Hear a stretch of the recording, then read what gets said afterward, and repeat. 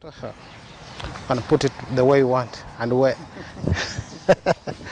Yes. Let's say hello. Hello? Okay. You're good to go. So I think we are good to go. Okay, but where's Mr. Isma? Oh, good. It's okay, it's okay.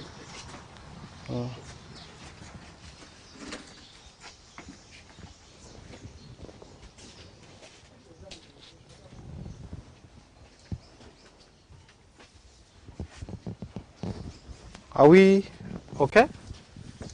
Okay. So our dear visitors, you're most welcome. We are very grateful to have a team, a big team that we have that we are having now. I'm Godfrey Bogere. I work here. This company is called Sulma Foods Limited. We are located at Ruoji in 2 sub-counties. One sub-county is Butuntumula and the other one is Ruwero. This side is Butuntumula and the other side is Ruwero. We are in Ruwero district. Sulma Foods is an agribusiness company that does the production and exportation of fruits and vegetables. We also do value addition. Doing export is not a very simple task where we don't have the mechanized systems, or we don't have the industrial farming. So the only shortcut is to work with the outgrowers. This we have done for so many years, and we have this. And one of the most important tools that we are using currently is the Farmer Family Learning Group. So when time comes in, I'll come up and explain to you how this tool works and how it has boosted us from a certain level to another level.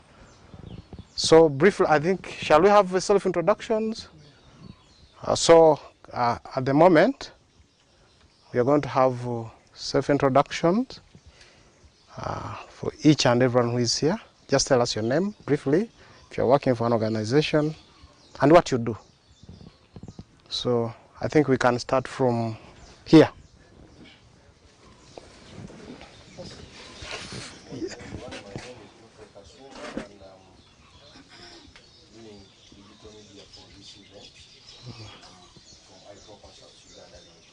Good.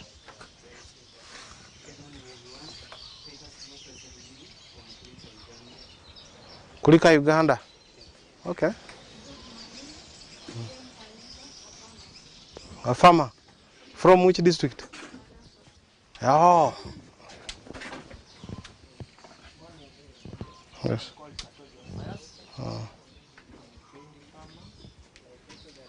There are seats here. Come and sit here. So, you are a farmer, a trained farmer? I haven't got you properly. I'm a trained farmer at a chief. Okay.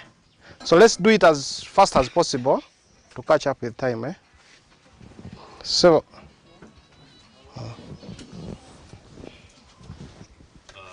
Common name, Big Ben. Botanical Ben Bwai from Bali. Okay. I'm a trainer and as well a farmer. Very good to see you, to meet Morning, everyone. you. Okay. Nama Orusi from Soroti. I'm a trained farmer. All the way from Soroti? Oh, you're most welcome. Ignacio from Soroti. You're also from Soroti? Okay. Yes? Faster, faster. Abella Emma, Media Ambassador for Yalta. Yalta. First time to hear Yalta. Yes, let's continue. I'm Kaiba Matthias, working with the PQ, Pe- KCOA multiplier. Okay. Good. Is Funawajara is my name, a trainer and a farmer from Kirura. Chiruhura. Okay. Wanji Matthias is my name. Uh, I work with Pelam Uganda. Pelam. Most welcome. My name's Yekas Robert Caravan Caritas. Caravan Caritas. Farmer from Lakai.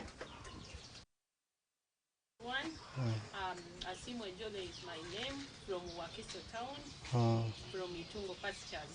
Okay. Pasture multiplier. Okay, that's good. Good morning, everyone.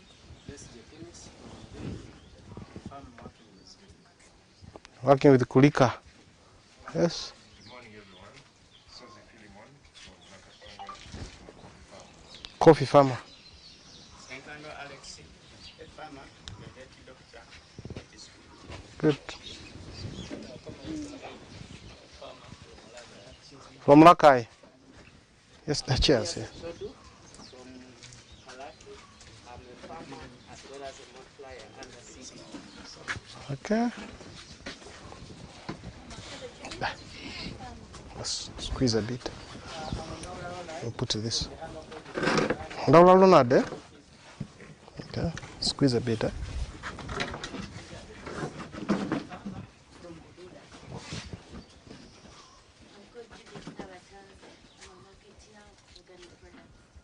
Okay.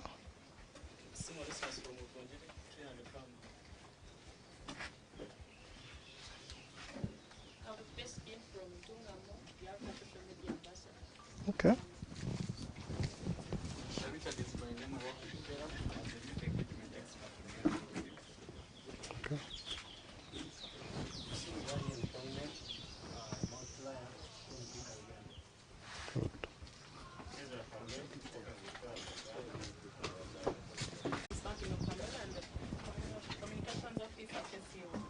Okay. Good morning, everyone. Morning, Valentine Mukasa from Wakiso. We get trained farmer. Okay. Good morning to all of us. Morning. As your grace, farm road. Salute. Good morning, everyone. I'm Robert Kuloba. I'm a farmer from Mukono. From Mukono. Greetings, everyone. Aloy Peace Wadmon. I work with Kalam on the finance department. Oh, that's why you're saying that one there. And security next to it. Good morning. I'm Mary Nairin Twirire and I work with Pelam Uganda. Oh, Hirire. Good morning to all. Natume Haja is my name. President Yalda. You're the president? Yes. Ah! Excellent. Good morning, everyone. Agnes Nana is my name from that division. New vision. Okay. So whoever's entered after introduction, after this team, is there anyone who has not given us, who has not told us his own name? There's someone there. And the other one? Good morning, everyone. Uh-huh. My name is Kabonge Farouk, the farmer for Karure, doing harvest organic farm. Karure in Ruero. Yes. Oh, I was surprised. No one had talked about Ruero, yet we are the host. I was getting worried. But the whole Uganda is here. So let's have the introduction of this team behind us. There are some few. Oh, big man. The other one is Big who? I'm forgetting. Big Ben. Big Berry. Big Ben. Big Ben, okay. There's also Valentine. Born on Valentine's Day or what? Hello everyone. Yes. My name is Kasim Kaira.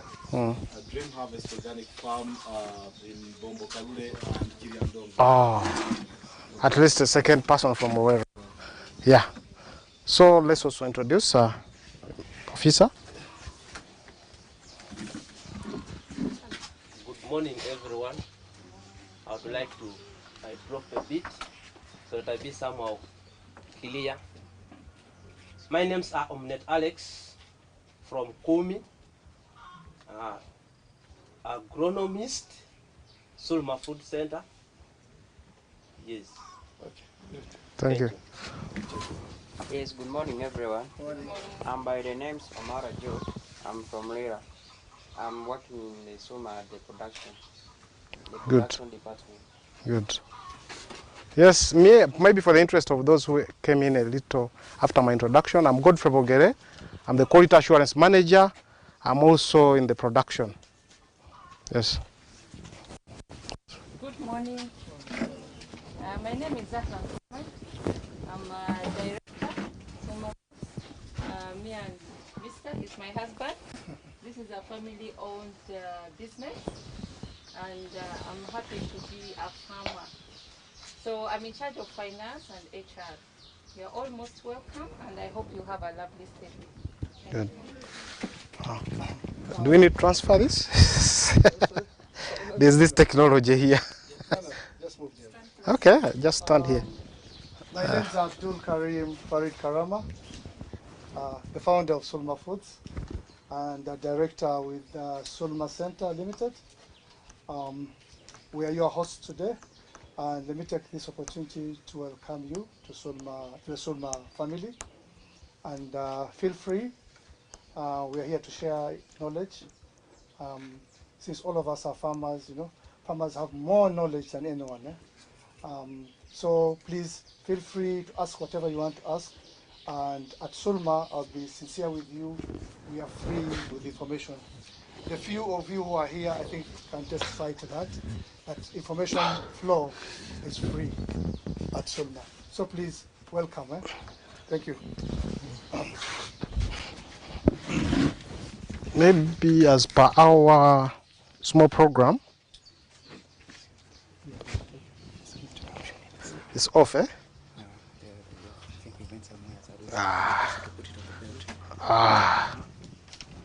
You can put that. Let me put it. Let me put it. Don't worry, don't worry. Technology is killing us. Now, what is next on the program? We are going to get the welcome remarks and then the background of Sulma Foods and other details of Sulma Foods. Sorry, I'm confusing the two. There's Sulma Center and Sulma Foods. You're going to get the difference. Yes. Thank you very much, Godfrey. Yes, welcome. And I take this opportunity again to welcome you to Sulma Foods. Sulma Foods is an export company, but our demonstration is the Sulma Center. So just to clarify, yes. Clarify on that. Sulma Foods. I started as a sole proprietor, and later on, I think it was in 2005, my wife came on board, and today, as we speak, my children and some of my brothers are on board. Right? We started as exporters of fresh fruit and vegetables, and then first as traders in that.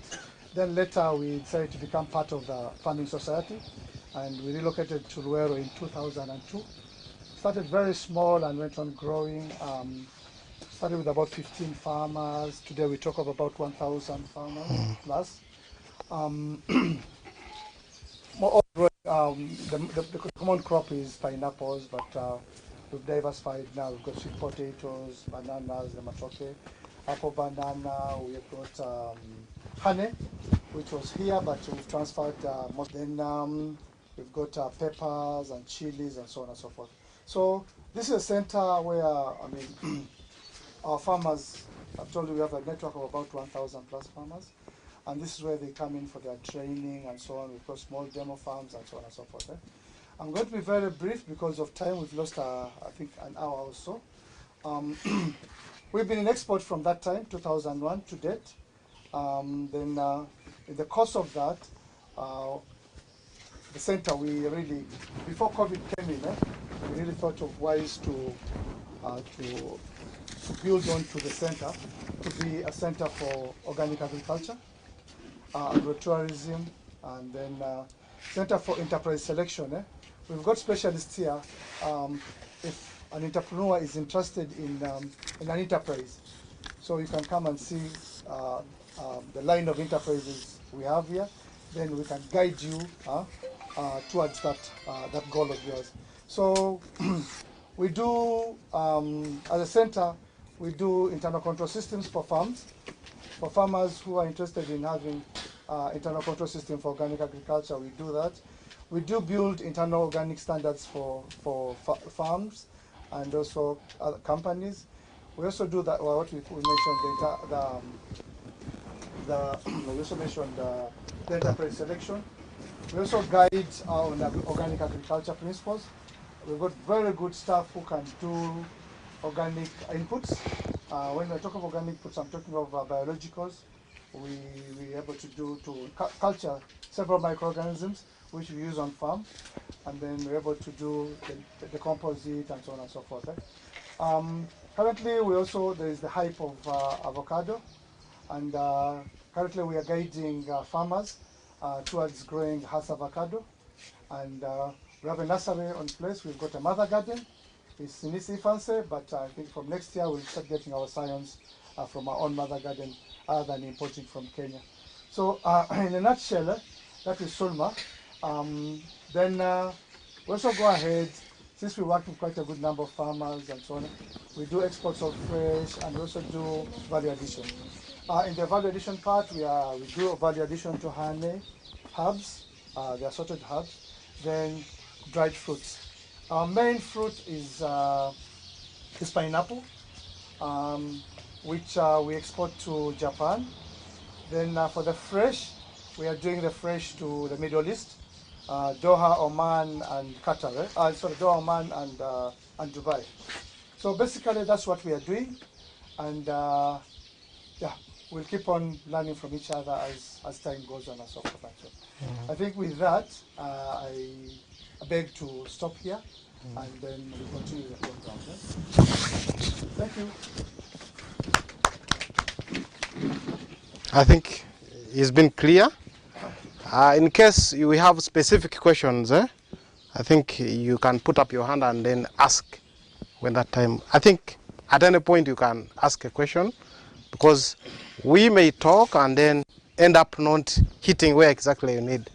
So in order for you to achieve your objectives of coming here, I think question and answer will also be another approach for you to achieve what you need. So next on the program, I think I just have to talk about how we work with farmers, what we give them, what we get from them. I think that is what is next on the program. So as I've told you, working in export, especially in Uganda, where we don't have those big farms, where you are sure of the produce, where we don't have good irrigation technologies, industrial farming. So the only shortcut is to work with outgrowers. That one distributes the risk and you are sure of the product. So having worked with farmers for so long, we came up with a tool which guides us through the different farmer groups, the producer groups. And that tool, we call it the Farmer Family Learning Group, FFLG. FFLG, Farmer Family Learning Group. How does it work? We identify someone, and that someone is called the external facilitator. Are we there? That farmer is called the external facilitator, who does the mobilization of the group, the producer group.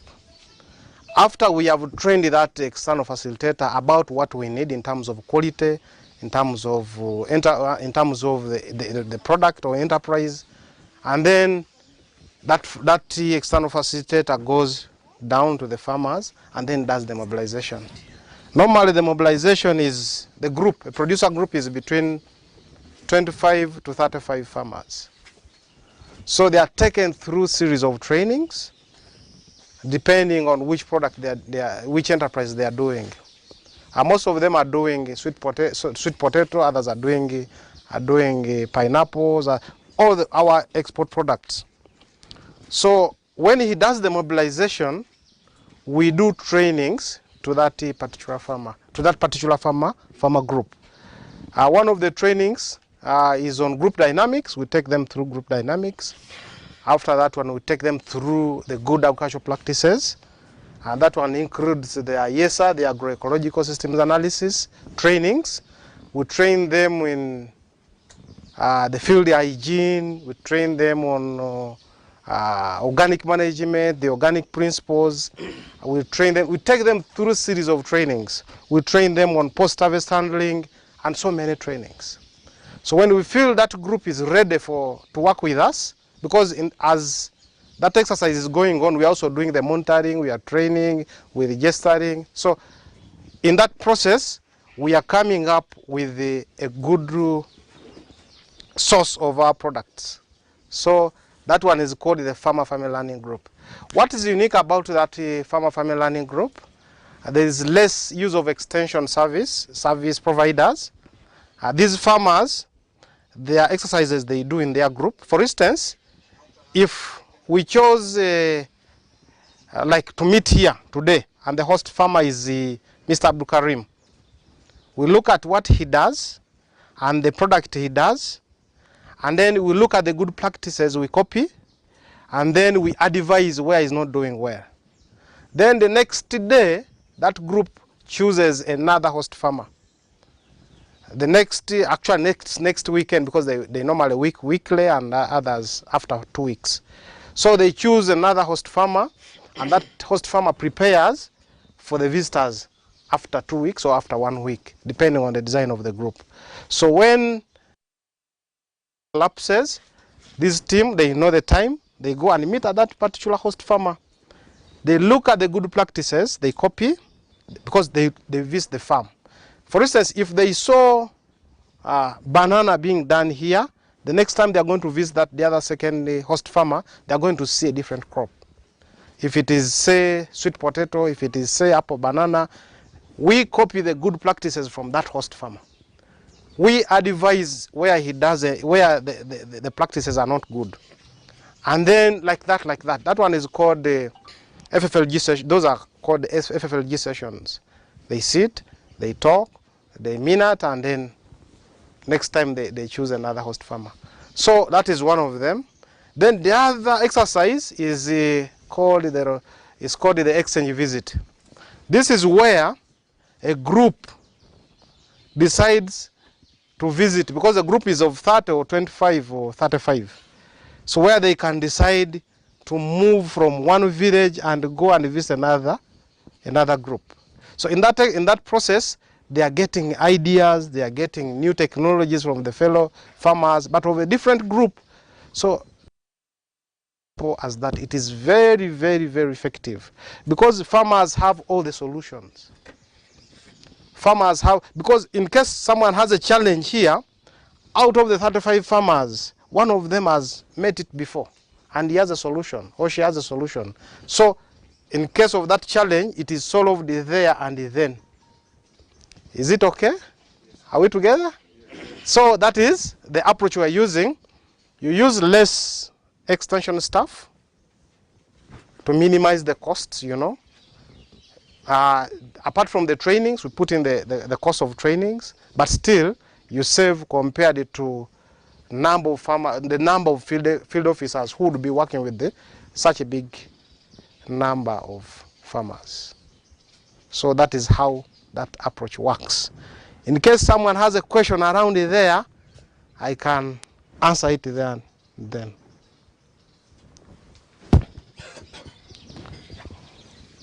No questions? Yes. Thank you so much. Yes. It's a new system that is very interesting, the Farmer Family Learning Group. Yes. And I'm looking at if I'm the host, when farmers are coming to my place, do we have an extension officer in that group? Yeah, one of who advises the farmer after copying the good practices? So in most cases, that particular day, if staff from Sulma Foods may be there or may not be there. But the main person there now is the facilitator, who is well trained. So because why external facilitator? Because when that group is forming, the external facilitator is coming from outside. But in the process, when that group is going through the different stages of group development, that external facilitator is identifying someone such that in case he goes away, that someone will replace him from that very group for sustainability. And that second person is called the internal facilitator, because he's coming from within the group. So those two are competent enough to guide the farmers. However, Don't leave them completely to do the work. At a certain stage of that exercise, staff from Sulma Foods is there. Yes. I think I'm clear. Yes. So it's a very, yes. Thank you for giving me the opportunity to say something. Yes. I'm Kato John Pius once more. Yes. I heard you talking of honey and ash avocados, polo bananas, and then sweet potatoes. Now I come from a certain group, and our problem has been getting market for those products. Now I would want to hear from you and maybe guidance how we shall pattern in way of you connecting us to the market and maybe on the side of quality assurance meeting the international standards certain markets. I don't know how you can help me. Yeah, thank you so much. There's someone from the marketing department, but my big question is, do you do all those products? Because we get visitors here. Okay, let's continue. So now, your challenge is how to market, how to get those international standards, how to organize the production system, the value chain from production, post-service handling, packaging, and export. So I would say you would be a farmer we are interested in. But the challenge is the location. Where are you located? Palisa. I think Palisa is very far, but maybe actually you can come in. Thank you, Mr. Kato. Yes. Thank you, Mr. Kato, for your question. No, just relax, don't worry. Currently, Sulma is working with farmers within Luero, some few farmers in Mpiji, and very few in Masaka. If it weren't for COVID, our plans were to extend to the east. But I can't promise because we have interests in the east. In fact, even in our last meetings, we were discussing about the east. But in future, we'll keep your contact and you also keep ours, and we keep sharing until the time when we regain. After COVID, a lot happened. Until the time when we regain, and then we look at those other value chains. As long as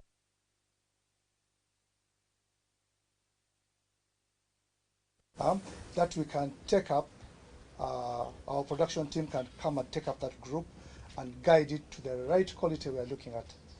Yeah, because currently we are doing with Nakasongola a little bit, Abim, Kabong, and Otuke. So yeah, that's why we are doing the honey now. Yeah, but sure, for honey we can talk out of this forum. You're welcome. Thank you.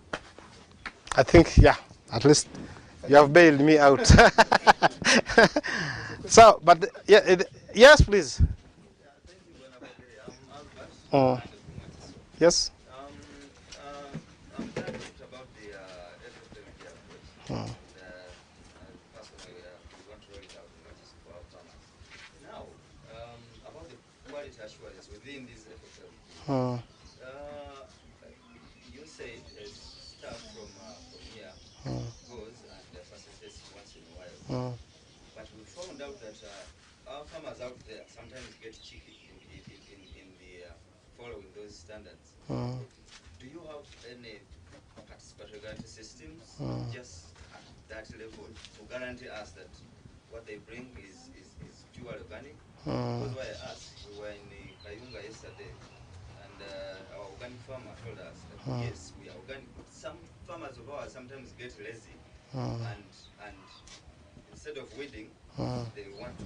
They use the herbicides, yes. Those guarantee systems give their quality assurance here at Sulma. How do we set those ones up and people to guarantee 100%? So that I can also copy and roll it out. Yeah, now we are using that tool, FFLG, but still we do an extra mile. The most important thing, because farmers change to organic for 2 reasons. Did you know that? And number 1, farmers change because they need money. You tell them, go organic, I'm going to buy from you. You don't buy, they violate. You see? So that is number 1. Then the second reason why farmer adopt those standards, the organic standard, is the mindset. After someone fully understands that, you know what, when I do organic, these are the benefits. When I do conventional, there are risks. Food safety is compromised, everything. So people, if someone changes because of money and you fail to get a market for him, automatically that someone is going to deviate. You see? But if someone changes the mindset, even seeing that bottle of herbicides, he will be hesitating to touch it. So now in a situation where farmers are doing and deviating, that maybe they changed because of money. 2, we buy from our farmers. We tell them, you're doing this, we are going to buy from you, and we do it. When we get challenges of the market, we call them and we communicate to them. You know what? Because of A, B, C, D, E, F, we are no longer able to get the markets that we had. Please, if you have somewhere, you can sell. But before that farmer sells outside, he calls you. How about today? Won't we have a consignment? Like today, we're supposed to have yesterday, we're supposed to have a consignment which didn't take place. So I think space, what? I don't know. So farmers, before he sells a product to someone else or produce, he has to communicate to you. Because you are buying from him, then you have to show a difference between a farmer who is doing conventional and a farmer who is doing organic. That one comes in when it comes to prices. Today, when it's a bumper harvest, like a heap of pineapples, like 6, 7, they can buy at 2,000. Those are the markets. But how much do we buy a piece of pineapple from? The list is 1,500. The highest is 2,500 a piece. You see? But when those traders, when they see farmers crying, that's an advantage. Those traders, they come and bulk, they put heaps, and then like 5 pieces of pineapples, they can give you 2,000, 3,000. But here, for our farmers that we work with, a piece, the smallest is, he has told you. So then the other thing is, we do how do I call it? Is it a rapport? We have a very strong bond between us and the farmers. Because of the location, because of what farmers go through. When they get challenges, we are there. When they are doing weddings, we are there. So we created that bond between us and the farmers. A farmer spraying is betraying us and is betraying himself. You see? So there's that rapport, that bond that we have created for the time we have worked with the farmers. And the other thing is we do community contributions. In case there are challenges, for instance, the most recent was a contribution towards the borehole, where from the community they wanted a certain percentage, and then the district also adds, and then they give you a borehole. Those are the things that we put, that's where we put our efforts, and then eventually we win their hearts, and then they work with us. Yes. Okay. Also add on. Yes. Thank you very much. My name is Omnet Alex. Oh, they want me here. It's okay. So, first of all, before someone does a mistake, or before him to adopt what's supposed to be done, first of all, you have to change his mindset. Thoroughly sensitization of the farmer. You give him thoroughly sensitization, and the guidelines is supposed to follow. Because if you just tell him, we are dealing in organic farming, then you just, in organic farming, we do this and this and this and this, then you go away. Automatically, you first go back and say, this man, what he's saying, I'm really not picking it. You get? So when he goes back and says, I'm not picking it wisely, then from there, he says, why don't I do this? Can't I get this? But all what you do, involve yourself, show him that we do like this. Show him what's supposed to be done. When you're showing him what's to be done, automatically he'll be changing. Changing. Of course, he moves, bend, go back. Bend, go back. So when he comes back like this, he becomes stable. So before becoming stable, he will be still checking this side. Should I go here? I come back here. But if you continue giving him advantages, the solutions, the ways of going on how to adopt that system, automatically it will change from there to the other state where you want him to go. So when he has decided to change, automatically you expect to produce what you need. Thank you so much. Maybe let me add on his point. Thank you. This is how we started it. The first farmers I found here, I used to ask boss, how comes that this name is, for instance, there is a farmer who is called Sunday Robert, but in the books we used to see the names of the child. Then I asked, how comes? Because by the time the company started here, by the time we registered the first group, they feared. They said maybe this people want to take our land. Maybe there's something. Maybe because they used to sign we have agreements. But farmers would fear to put their names. They put the kid because they are fearing you might take their land at one point. You see, instead of son Robert, you see a son. Instead of so and so, you see son's name. So there's that fear in the beginning. But after some time, they eventually trusted us, and we are working with them without any challenge. So then the other thing, what we used to do, we used to put so much literature in the agreement. We need this, we need this, we need this. You put the price. Then the farmer, he works with you. You're buying at 2,000. When he gets someone who is buying 2,200, he's going to sell outside. You see? So we all changed those, and then we decided, no, let us put the minimum price. So that one also worked for long, but the most important thing is someone to understand you, how much you're getting as in profits, and how much that farmer is going to be paid. Actually, before they sell to outside markets, they first confirm that that particular day you are not going to do a consignment or processing. You have a question? Yes, two very quick questions. Yes. The first question is regarding the organic farming. Yes. How long does it take for land to be cleared? Because I might go into land, buy land that has been oversprayed. I come in and I want to start organic farming.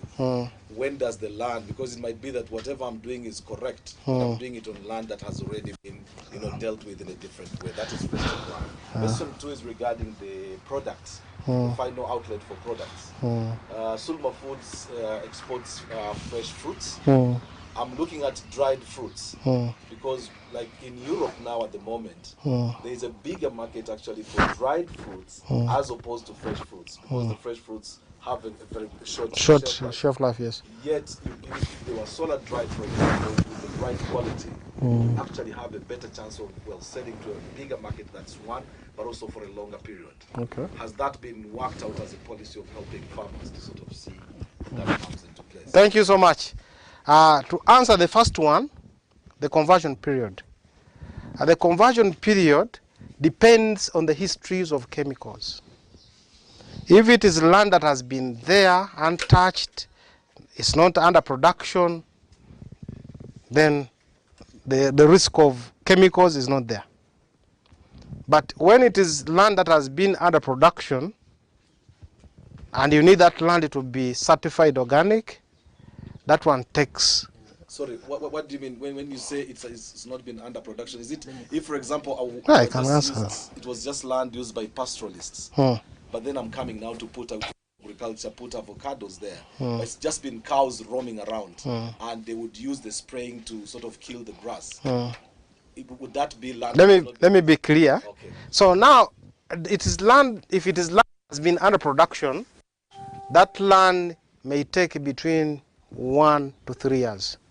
Most so if they have been using chemicals, it will take you 3 years for you to convert to organic. When it has been a forest, a shrub or what, not under production for some time, that one will take you like we call it a retroactive certification, where there is no conversion period. Yes.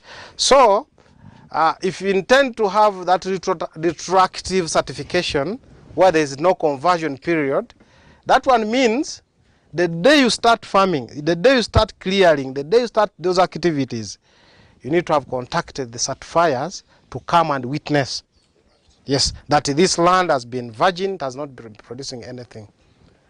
But still, if you have done some half of it and then you call them, they will still come and see and find out whether there has been production before or not. Still, after during the exercise of inspection and certification, that process, still they take samples of different things from the farm to go and take them to the labs to test where there are some traces of chemicals. Yes, so all those ones contribute to the conversion period. I think I'm clear. Yes? You have a second question? Yes. Yeah, sorry. Okay, thank you. Your second question comes to market. Yeah. We are doing fresh, yes. We've gone to the extent of value addition. And today, I think value addition is taking, is now doing, I think, up to 40% of our sales. I think you're missing her from the camera. They want to see your face and you're hiding behind the pole. Sorry. Let me get back to you. We've been doing fresh for a long time, but some 5 years ago, we started value addition. So we do value addition to pineapples, apple, banana, jackfruit. And during the mango season, we also do value addition of mangoes. We also got herbs that we do. We're doing rosemary, peppermint, lemon balm, Murondo. You know, the home of Murondo in Uganda is Ruero. Bremes is the home of Murondo. So there's a lot we are doing, and most of it is going to the UK. And then the dried pineapples we've got. We've got a dried banana and dried jackfruit to Japan. All that is going to Japan.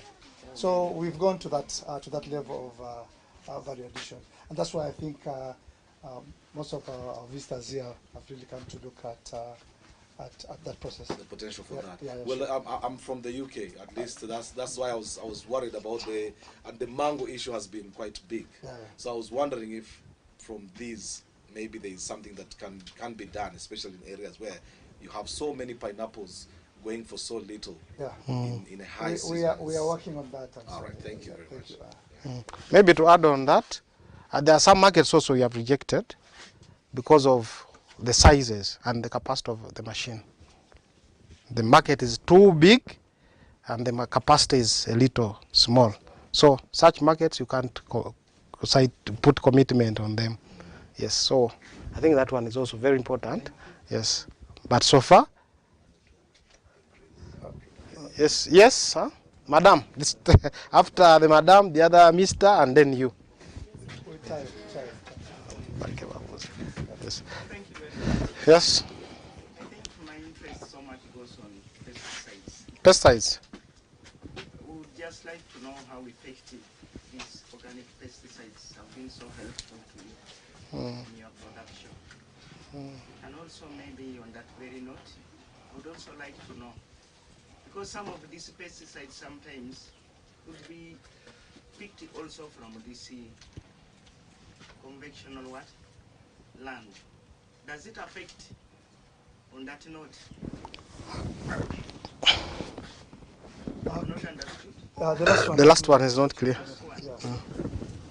Sometimes, like for us farmers, like you had mentioned, you may find that getting this medicinal pesticides may be very difficult from these barren lands, and you may find that sometimes you can access them on this other land which has been used.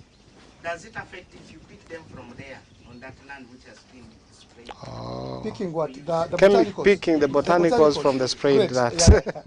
Yes. Well, let me come in. Yes. About pesticides, organic pesticides are effective. I'm talking of botanicals. With technology now and a lot of research, today organic pesticides are really working out well. It depends on how you do it.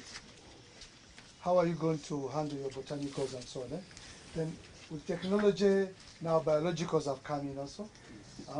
We find that they are biological products. In Uganda, we are blessed.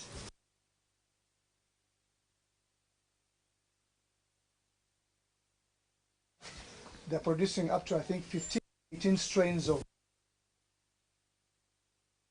So it's very interesting if you want to visit Masindi. We've also got milkweed. They're also producing the trichodermas, the metrrhizium, and so on. That when we go back now to the botanicals got from a land which is has been using pesticides is not allowed. You may find that yes, it is free from the pesticide, but as long as where you've picked your botanicals is not certified or is not within an organic setting, it's not allowed for a certified product. But if you are to get it from, for example, you could have got it from a forest, that's okay. But land where agriculture is taking on, and they are using pesticides. For example, if for example, your neighbor is using pesticides and you're interested in Titonia from his place or her place, please don't go in for it. Yeah. Source of botanical is very, very important for a certified organic product. Yeah. Have I answered you right? Yeah, but we are blessed. When we started organics, there were very few inputs. But today, we've got Vermipro is producing biologicals. We've got Milkweed is producing biologicals. ReIPM is producing biologicals. Kinyara is doing. Then we've got people who are doing also some small guys who are doing pesticides. Somewhere in Nansana, there's someone doing some pesticides and so on. Then there's Black Off also, that kind of thing. So, and then also on farm. But on farm is all about mastering the game. How do I do it? How do I do it? Before they would talk of only fermenting and so on, but there are other ways to do it and be able to extract the botanicals, for example, from Titonia, from Tephrosia, and so on and so forth, from Neem and so on. Okay. Madam, have I answered? Yes. Thank you. Yes, sir. Thank you very much, Julius from Caravan. And I was so much interested in the issues of the honey. Talked about for sure in our district there we can have the group which is organized for honey. But now our We can train them. we have those other farmers who are time use. Who are? Crops. Who are? So when the bees go and get the pollen from their bodies, how do you do that?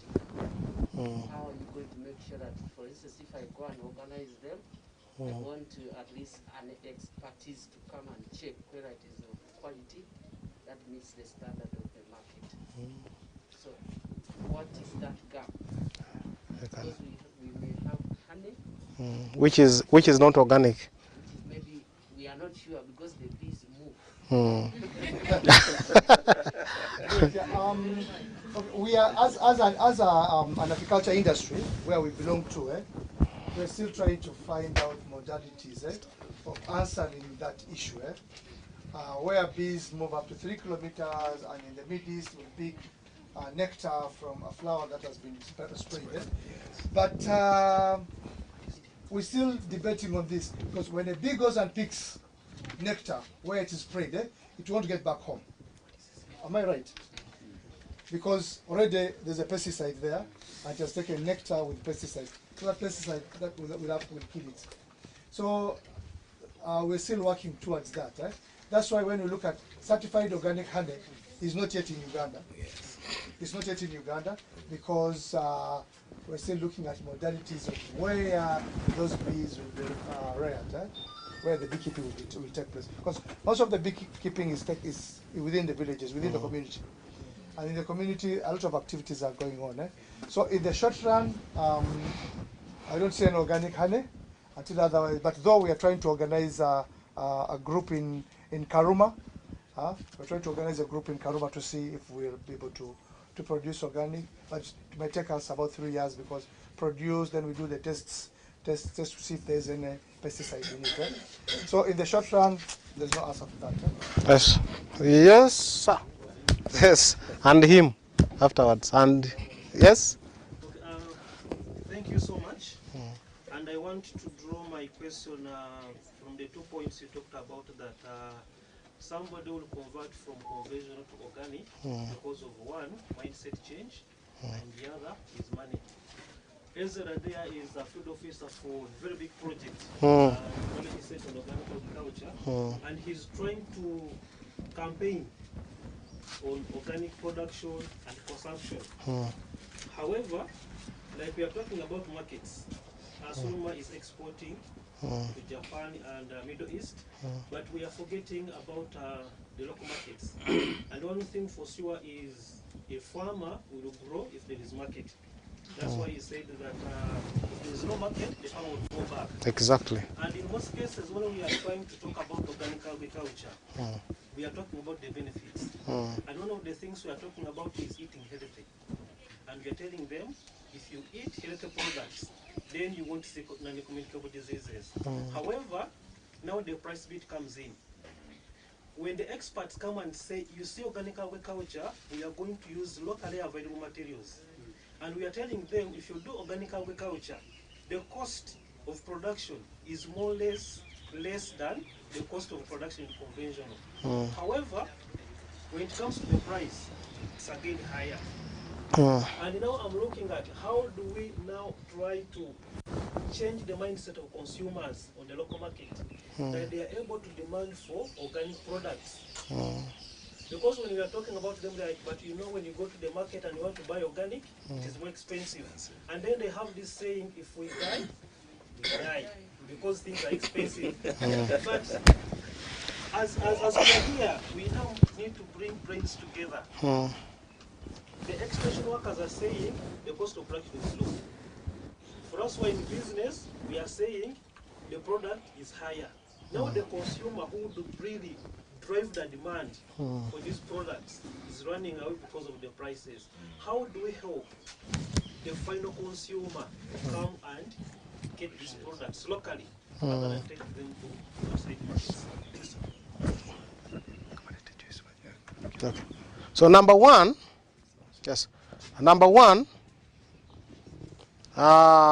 we have a challenge in Uganda. And the biggest challenge is awareness. So someone would rather go in for a big stuff than a small one, no matter what is used to produce the big one. So, yes, now that is my work and your work. You're getting it? So the advantage of, because when you go to those countries, they are already aware of what is organic and what is not organic. Because before someone buys something, he needs to get, in Japan they call it a story, how that particular product was produced. They need to see what was put there. That's why those people, they know the benefits of standards. But today, if you labeled a product fair trade, how many consumers will know the meaning of that label? So the level of awareness is low. If someone labeled organic, just sample 10 consumers in the supermarket, will they understand what is organic and what is not organic? So that is a big work that we are supposed to do as a team, and it has been done because it started very far. It has been done before. So we are thinking maybe with time, the population will increase, the awareness will increase, and then the consumption will also increase. What makes organic expensive, there is that, because you may not be organic unless you are certified organic. You may be organic, but not organic. So to prove that you're organic, there is a certificate that you get. So the process of getting that certificate is also costly. So that cost is also added onto the product. Then again, these farmers, because they are doing what is good for the environment, are we there? Because they are doing what is good for our safety and then for the environment, these farmers need a motivation in form of price. They need to see a difference. When I do this, what do I get? Because imagine someone weeding an acre using a spray pump, 3 hours is done. And someone is going to do it manually. It means it's going to incur extra labor. You get it? So how do we appreciate that someone? By putting at least some premium on his or her product. Is it clear? Or why it's not clear? Yeah, I think it's clear. So what is important to note is the level of awareness in Uganda is not as good as the level of awareness in those other countries. Yes. So we need to do mass campaign, we need to do promotion, people need to know what's organic. Actually, we were in one of the meetings in UNBS, they said, how do we stop this chemical? Because farmers, after harvesting tomatoes, they put chemicals again. They said, you know what? We should start with Kampala and start looking for those tomatoes, and then we do the sensitization. But eventually they said their budget is small. They said we are understaffed, so they could not implement that. It was a very good suggestion, but they could not implement because one, they are understaffed. Two, their budget is also small. So wherever you work, if you can talk to someone, the message can move slowly. Yes. Yes, sir, and Madam who? Madam Nogam. Yes. Yes, please. Yes. You have talked of some farmers at times deviate. Sometimes they do. Deviate away from. Yeah, the deviation, yes, from organic, yes. And at times, those ones who maintain the relations, Hmm. how do you normally handle them in terms of fair trade? The truth is, let's not talk about trade. Fair trade is another standard. Let's look at organic. If someone deviates from what we need, how do we handle? We have an ICS. ICS is the internal, it's a manual that we follow.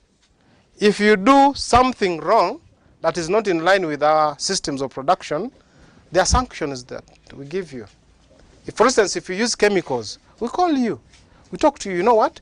What you did, we can no longer buy from your farm unless you are willing to go again through a conversion period. If that farmer says yes, we still start monitoring that farm. Then the other very important, let's pick that juice as quickly as possible. Yes. So the other important tool that we use to make farmers move on track, we don't mix their products. Yes. So you do it at your own risk. So each farmer is having his market. We have a coding system where each farmer is given a code. So which means if you do what is wrong, your code is going to be affected. Because if you find that someone is doing wrong and we have brought the inspectors, you have violated the system, it's not the whole group to lose. It's you who has violated to lose your market. Imagine if those people are buying 5 pieces of pineapples at 2,000 and we are buying one at 2,000. You need our market. So because you don't want to lose our market, then you do what we need. I think I'm clear. As brief as our president she's going to come in, eh? Yes, madam, sorry. Madam, I'm forgetting her name. Madam Nogam, yes. Yours is small. From a farm.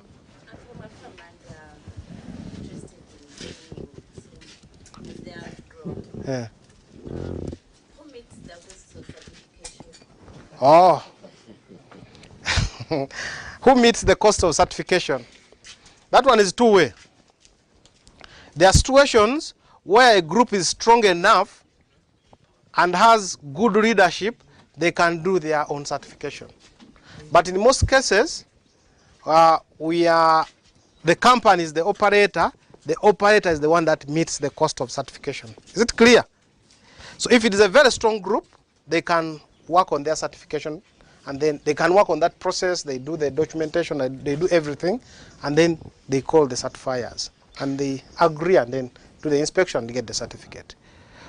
But in our situation, where our groups are not so strong to that level, We do the registration, we do the monitoring, we do the inspection, we sign with them the agreements. We do whatever is needed in that line of certification process, and then the cost of certification is paid by the operator. That is the Sulma Foods, yes. Is it clear? So Thank you. Is there a minimum then, sir? Minimum what? If minimum size to the farmer wanting to join, probably is it 5 acres? Number one, the size, yes, is very important, but the most important thing is the location. If you are outside the area of operation, it may not be possible because the cost of monitoring you may be very high, yes. But the size, if you're a progressive farmer, then the size is okay. Half an acre is okay. Because we are expecting after half an acre, you're going to do maybe 2 acres or a full acre next time. So if you're a progressive farmer, then size is not an issue. But the location, and then we look at some other factors also. Yes, some other factors also. Yes, President, I think I can I can sit down as we wait for her question. Thank you very much. Yes. I have 2 questions. The first one is, how do you handle yield estimate to reduce the risk of contamination at farm level? Thank you. Because farmers are very wise people, you could find I'm organic, my sister is not organic, have a good market price. And then you do business. Yet hers, I added mine. So how do you handle? Let me first answer that one, I think. Because how do we handle that? Because farmers are also business people. You're giving a good price, there's a possibility that that farmer is going to source from a friend or a neighbor or forever, and then he benefits from the price. We do monitoring of these fields. And during that process, we do yield estimates. When we estimate that we are expecting from you like 1 ton by the end of the year, we have a buying record where we write that 1 ton. Every time you supply, we reduce on yield estimate.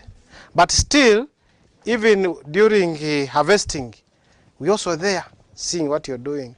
So the possibility of getting a foreign product is not there. It's zero. Just add on. Yes. In our internal control system, Yes. I developed with him. Yes. We've got a post-harvest team. Yes. A farmer cannot harvest without our team. So if we've sent information to the internal facilitator that farmer XYZ in your group is going to supply us pineapples ABC, they have to wait for our post-harvest team to arrive. Why do we do that? We spent some extra fund to manage a post-harvest team for very many reasons. One of the reasons is to avoid issues of produce coming from farmer Y coming to the system. So our post-harvest team is on the ground. They do the harvest, take whatever weights, and then bring them to the pack house. That's how best we're trying to have watertight measures. Because that, and by doing that, we're trying to safeguard the integrity of our systems. So we had to bring in that clause in our internal control system that yes, as a company, we shall invest in a post-harvest team.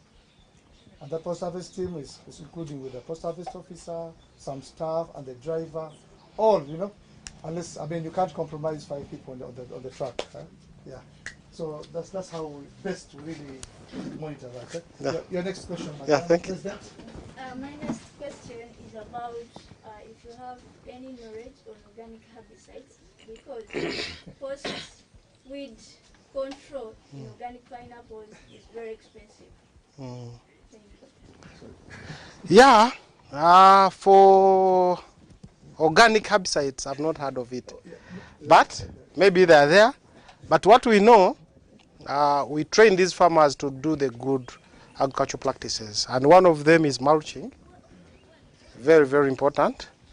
I know of a farmer who failed to manage his field because of spacing, pineapple field. It was overspaced and weed became a serious issue.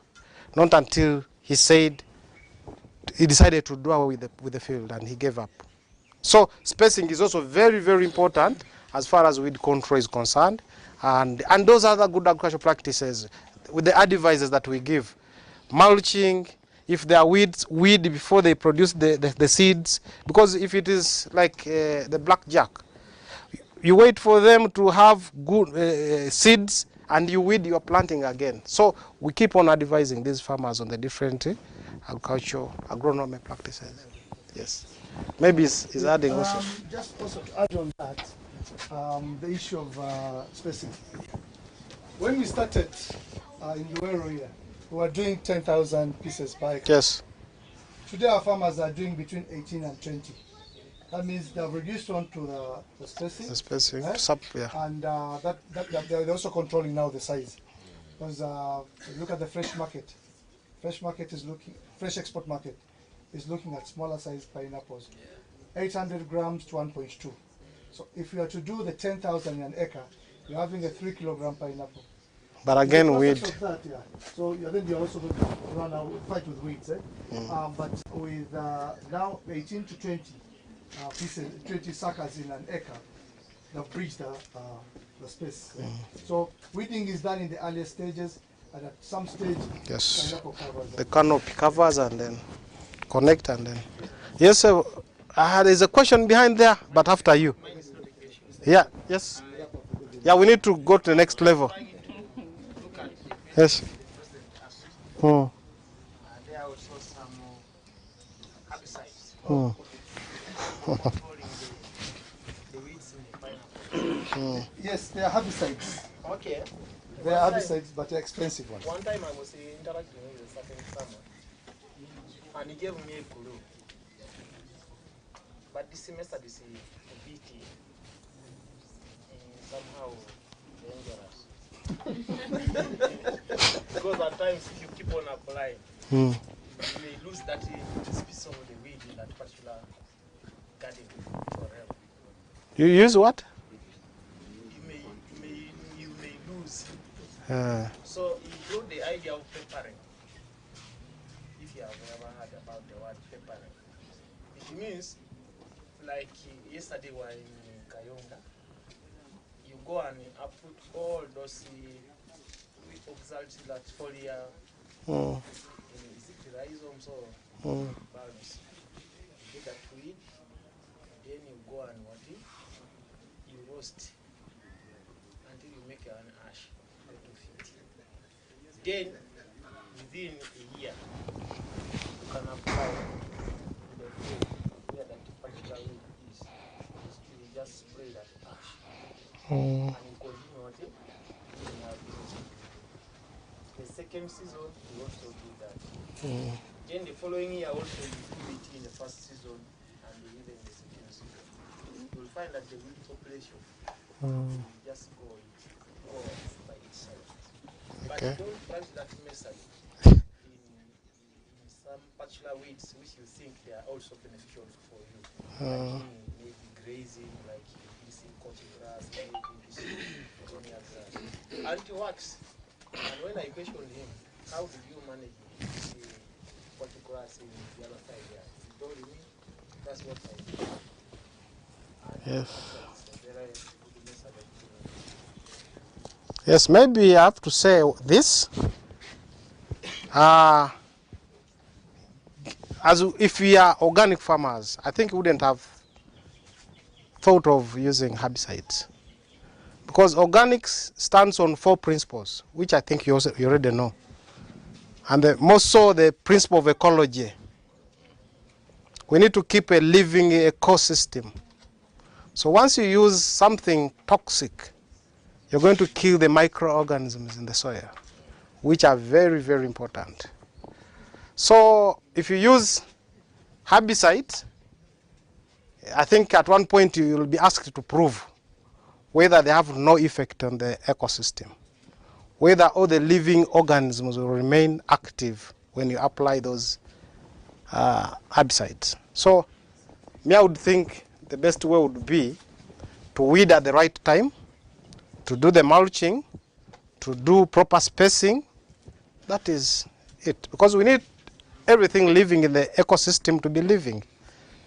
So some things may be toxic to the ecosystem. So as you do any practice in organic agriculture, make sure that you don't deviate from the 4 principles of organic agriculture. Once you compromise one of them, you are not organic.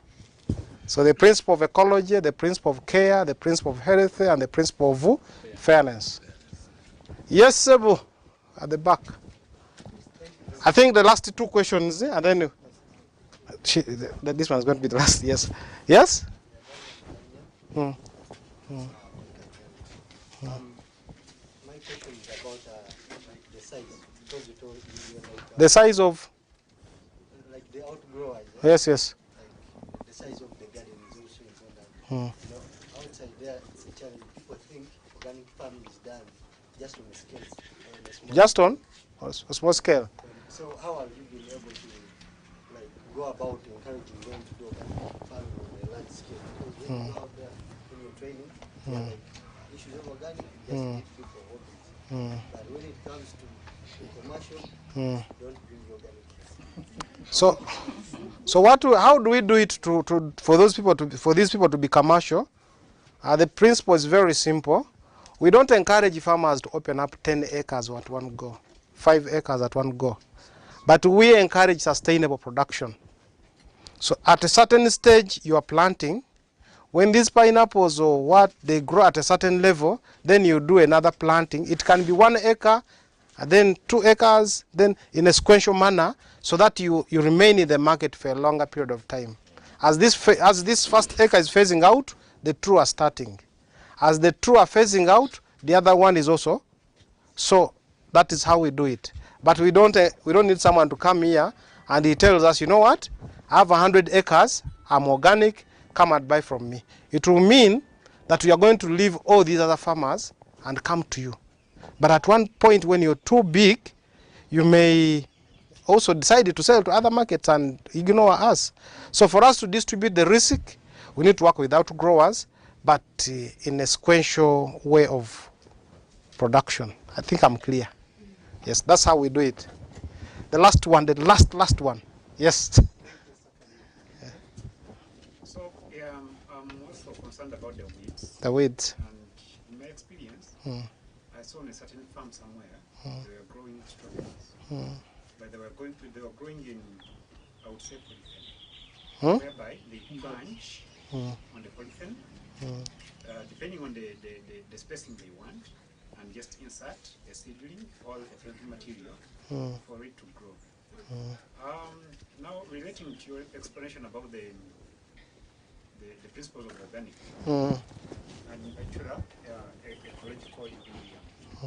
If I had the capacity, I got such a material, maybe a polythene or a multi-bricks, and I cover the whole field so that I just plant where I'm going to plant. Will I still remain organic or not? So as long as you're not using the chemicals, as long as you're not compromising the ecosystem, as long as there is that balance. But again, we have different, in organics, we have different standards. So different standards have some few differences. So you see that some practices are allowed, for instance, in the EU. In Japan, it doesn't work. You see some practices are accepted in the UGOSAT in settings when those are that. So depending on which standard exactly you're targeting, some few differences are there. But as long as the 4 principles are not violated, then. So I think that is all. So we can move to the next level. Okay. So where are we going next? Yeah, we are going to see the processing plant. We are going to divide into how many groups? 3. 3 groups? 3 groups. Yeah. And then, yeah. So we want to divide into 3 groups, but one group after the other. So you're going to, it's a walkthrough. The other groups comes back, and then we get the sandals, and then also enter. So which means we need to go. Plant. It's a small growing plant, right? So you'll bear with us. We'll go in 15s, I think, or something. Right? And then after that, after the processing plant, we'll move around the farm as our lunch comes in and so on and so yes. on. Yeah, well, so in the interest of time, Mr. Ezra, I don't know that he's around. So yeah, we are going to split in 3 groups, I think, and then go to the processing plant. I think we go 15-15, eh? Yes. I think I leave it to you. You are good at splitting. Thank you.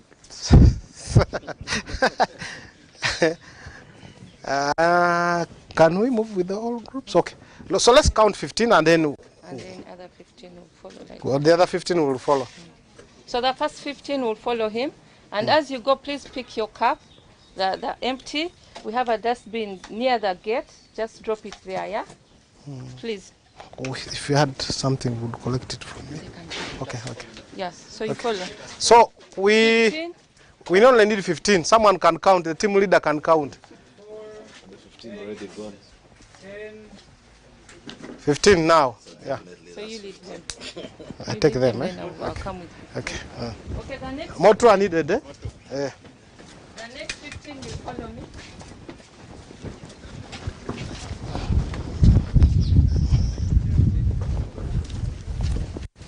I'm following you, sir. Yes, it's okay. Yes. It has been a lively discussion. That's good. So I shall have more type of questions if you have. Get a picture when you are out of that dark place. Eh? Which yes. Yeah, just it looks different, eh? Yeah, very. Yes. Thank you. So where are we entering from? Where's Mr. Abdul Karim?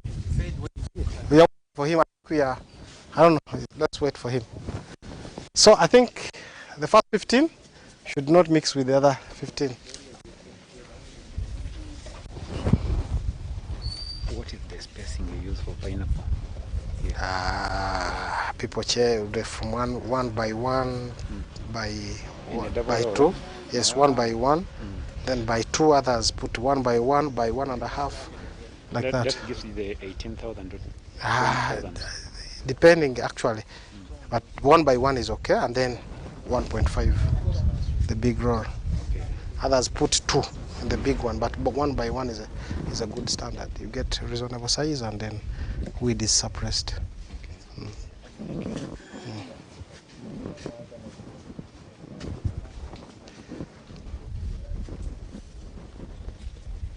What differ?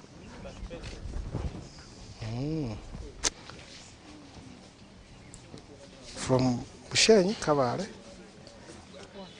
Wachiso. Okay. You're starting from the other side of Honey. Huh? Yeah, we are entering with Honey first, I think. Okay. So he's going to guide us. Banya bigenze bulungi. So far so good, eh? Yeah. So far so good, eh? Yeah, so far so good. Okay.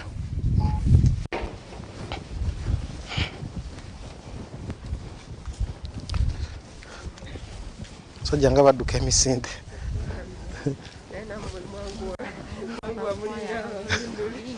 Tulinga bagenda kukola ki? Mukwaya.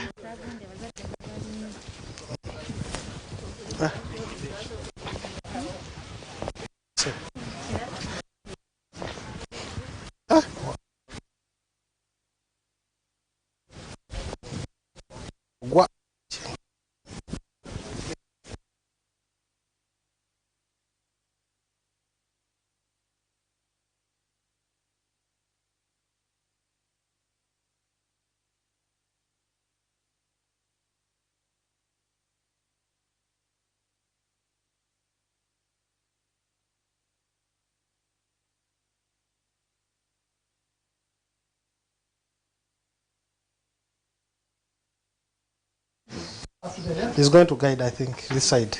I give you.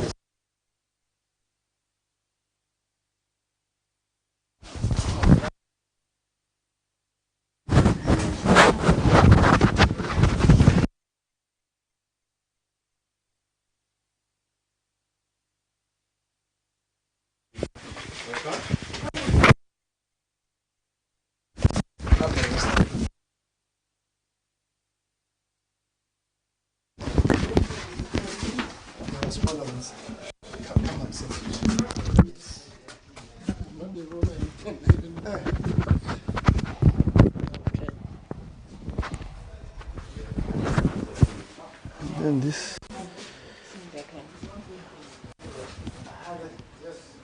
Okay.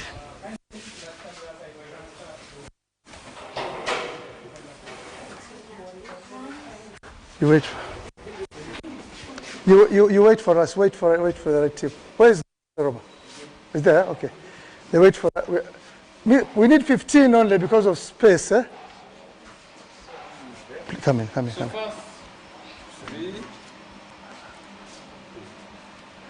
Let's put this one.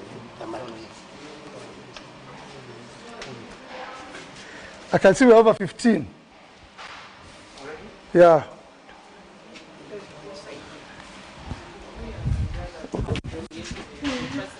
I don't know where they came from. The number is really full. The number is full, we wait. This is serious.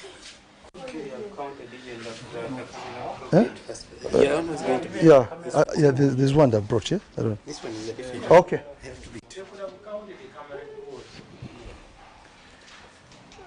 The last person, please. Mr. Kato, you look for me that door, please. The other one, the main door we used for coming in.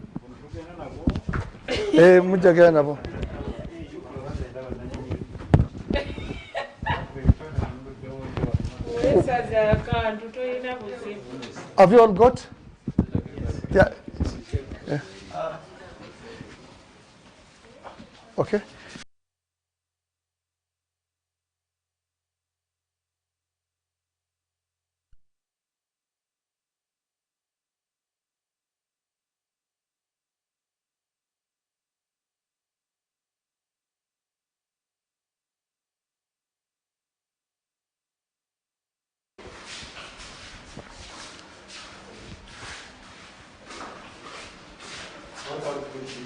Sorry? You can take pictures, no problem. Can you move? You see, the number.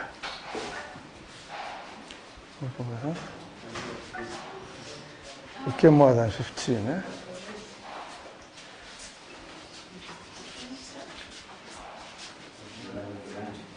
Those people.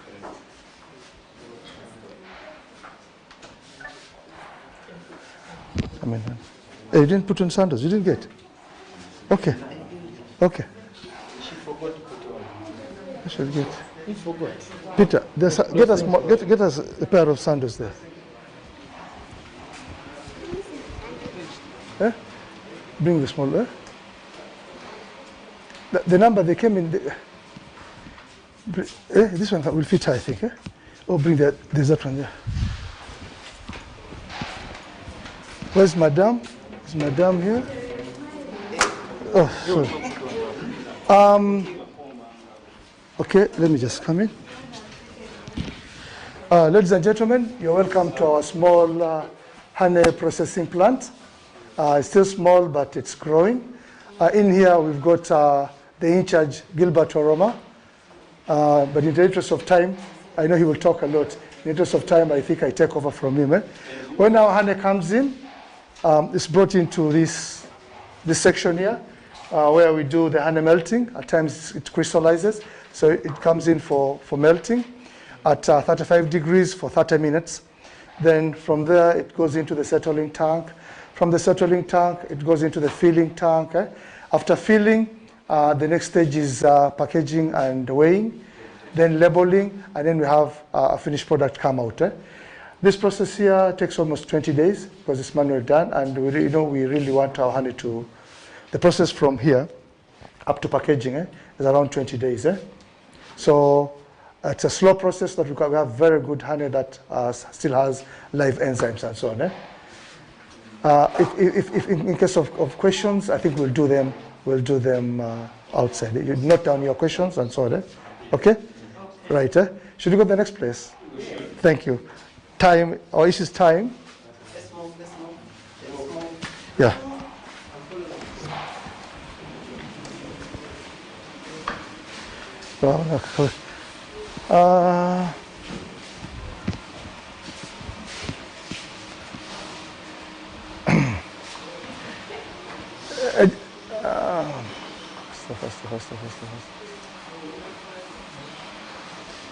So We also do herbal processing.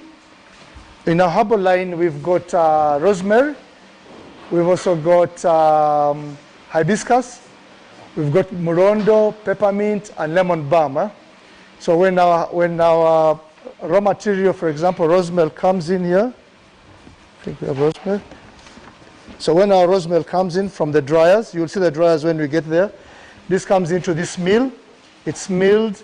The next place it goes through sieving. After sieving, straight away it goes to packaging, weighing, and labeling, and the finished product goes out. A lot of measures are taken, quality control measures are taken in the Middle East. This is from drying to the finished product, about 3 days. Yeah. So you do one and a half days for drying, maybe milling and so on. So give it 3 days, you have a product in that jar. So we've got, like I mentioned, we've got rosemary, we've got hibiscus, we've got murondo, we've got peppermint and lemon balm. Any questions? Later, we got the next place, Another group is coming to you.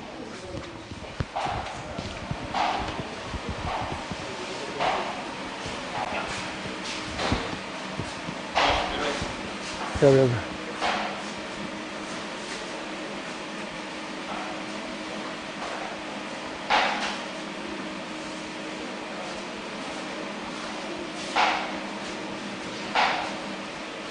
Our number was big,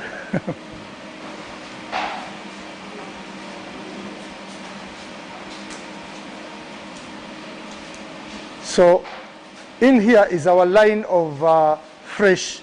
In case we are in scenarios where we are doing fresh exports, the pineapples come from for example, pineapples or sweet potatoes come from the reception.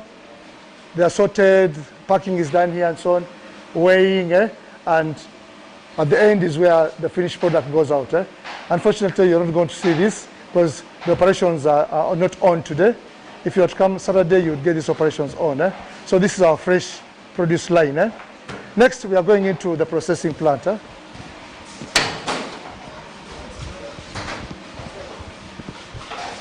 You walk slowly, it's sliding.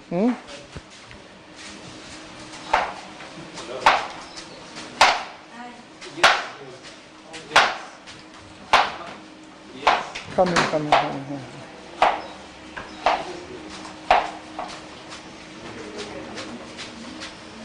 Come in.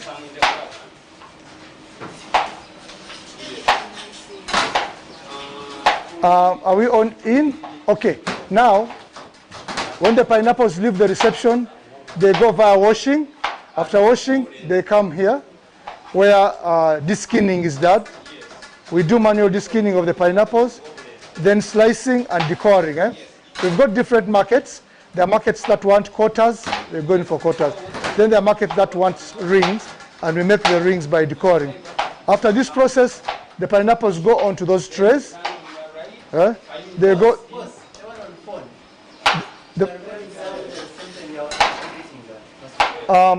After this decoring, the pineapples go onto the trays, and from the trays, the pineapples go into the drying chambers. I think let's move towards the drying chambers. Yes.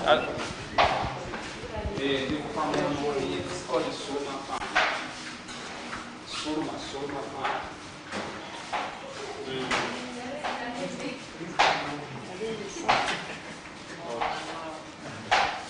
Our next stage after that is we are going to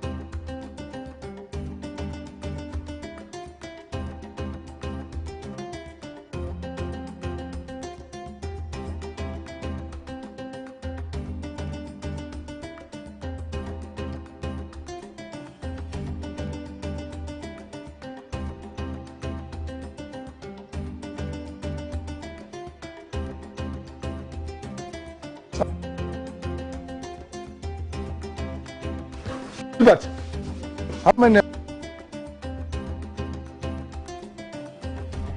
Please.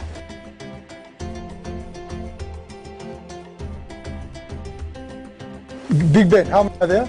Please, I'm sorry we have to count, eh? 8, 9, 10, 11, 12, 13, 14. You're the last.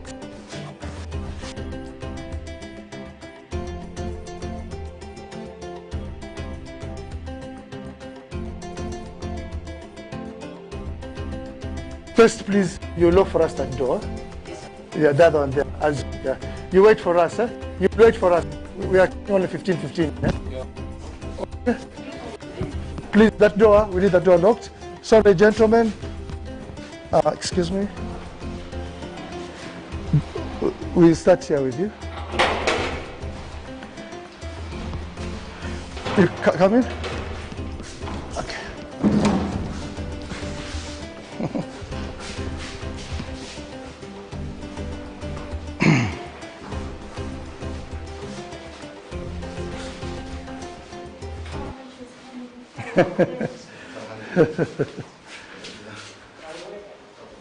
Karibu. Are we all in? Are we all in? I guess you're the last person. Can we move a little bit? Judith? Yeah? We are done, eh?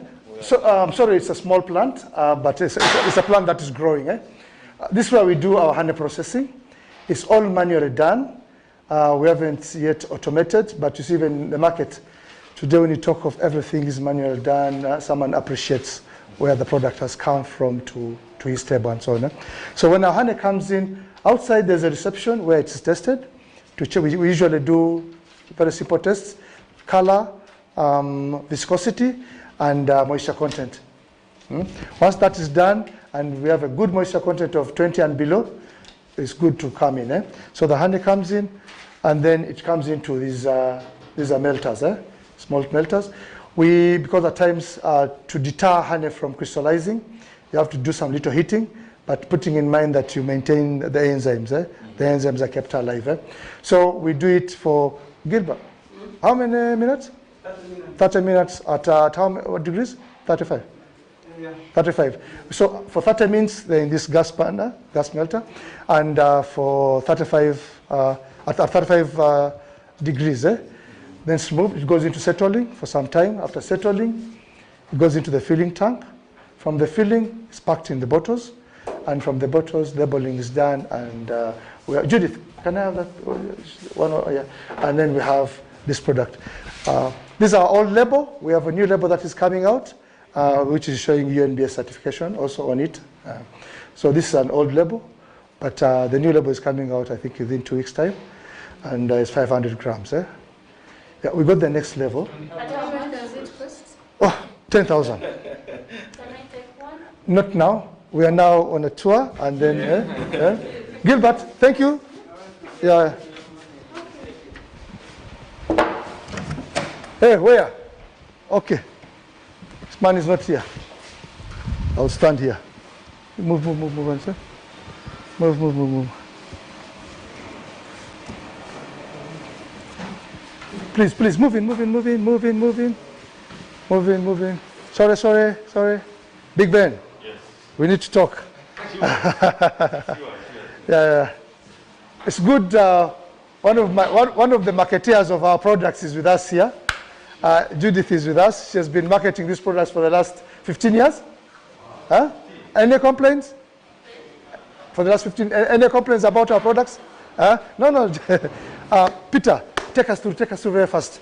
Okay, this is the herbal processing plant. And our raw material we use rosemary. So here we have the raw material. It's in here. It's a raw material rosemary. So after drying, we get from the cucumbers, we pass through this machine. We grind it to make it powder. Then from powder in here, this herbal nut machine, then we go to soup. Then from here, we go to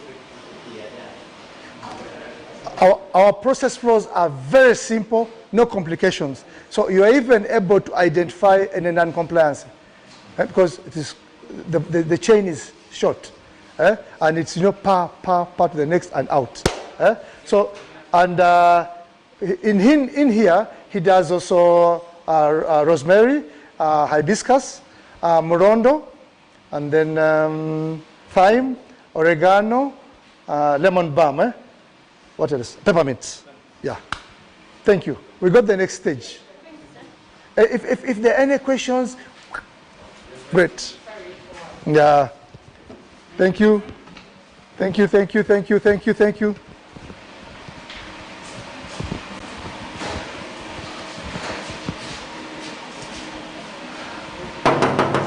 We are coming.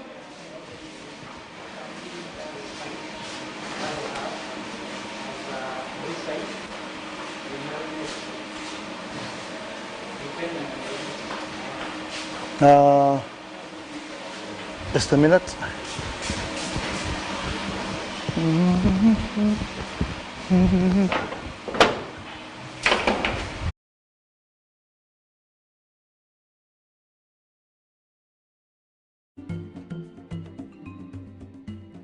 So this is our line for fresh produce.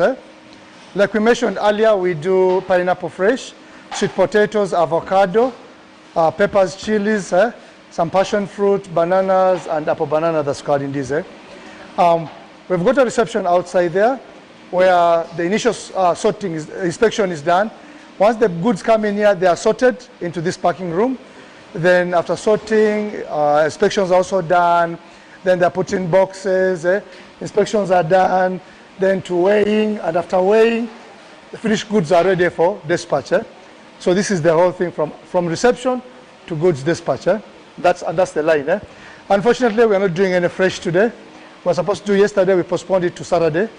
So this is our fresh line. Now, finally, we are going into the processing plant. Please don't touch anything.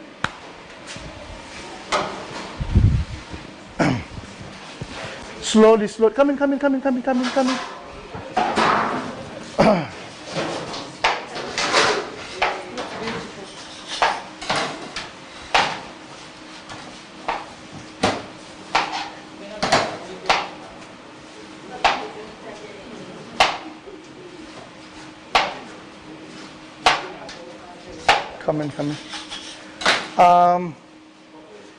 This is our processing plant for dried fruits.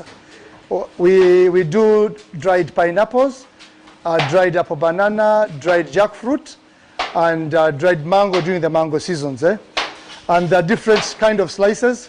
We do quarters, we do ring, we do, depending on the market requirements. Currently, we are preparing this for the Japanese market, where they take pineapples in ring. So what happens after the pineapples have left the reception, they go through the washing bay. From the washing bay, they come into here for deskinning. After deskinning, they are sliced. Then we do the decoring. After decoring, the pineapples come onto the drying tray. And from the drying tray, we take them to the drying chambers. Can we go to the next stage? But you're slow. This pineapple thing slides. Dirisa, we are sorry, but we are going to open for less than 2 minutes. Can we have the whole team? Otherwise, this man is losing out energy. Yeah, he's losing out energy. He's losing energy. We have to be. Big Ben? Yes. Yeah. Great. We have to be very fast here. That man is losing energy. So instead of 14 hours, he might do 15. Okay, this is what it looks like inside. So these are pineapples. So within 14 hours, at 60 degrees, this will be coming out. Okay? Right. And what happens? This is our final product. Our pineapples look like this. The rings. This is what we do, the packaging for the Japanese market. They go there and repackage to their consumer packages. We've got apple banana slices. That's how they look like. And they repackage and maybe put in their professional industries and so on. And this is our jackfruit. Yeah. Unfortunately, we don't have the mangoes with us now because the mango season here is not on yet. But this is what the jackfruit looks like. Then our source of energy, we've got a hybrid dryer that was developed originally it was developed by, I think, students in the University of Buku in Vienna, Austria. It was a small prototype, and they've gone on to expand on what it is now. So it's a hybrid dryer, and let's see the mechanism very fast, and then How much is your for? you'll ask those prices, please. Let us go for the tour. And mind this. Big Ben, mind that, I know, okay? Yeah, your head, yeah?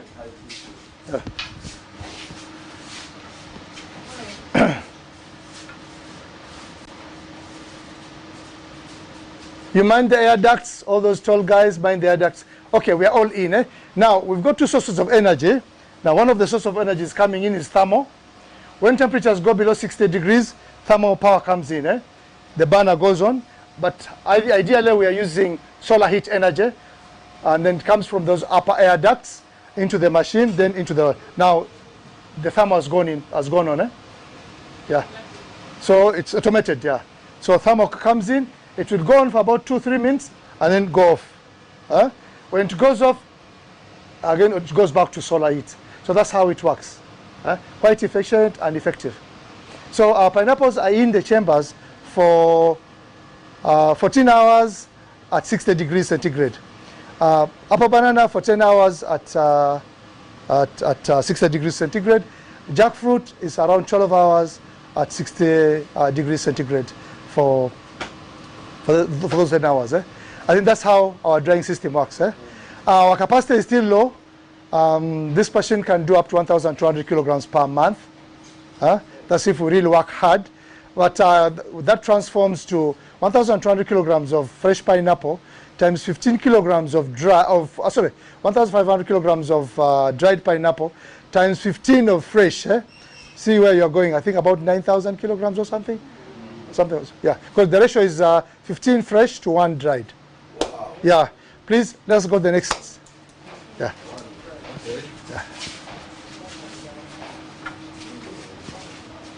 Hybrid.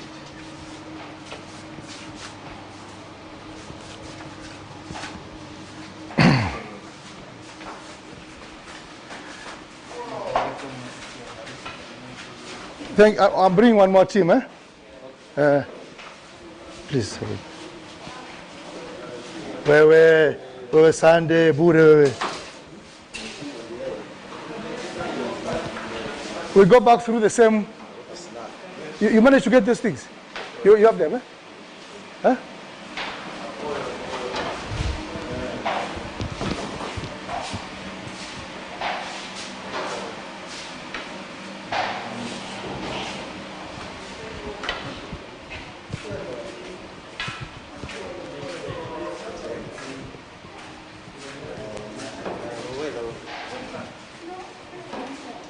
Yeah, you brought the whole thing? Okay, no problem. Yeah. This? No, there's a group coming. The last group is coming. But this time you talk, man, don't try to do it. Before you hide that.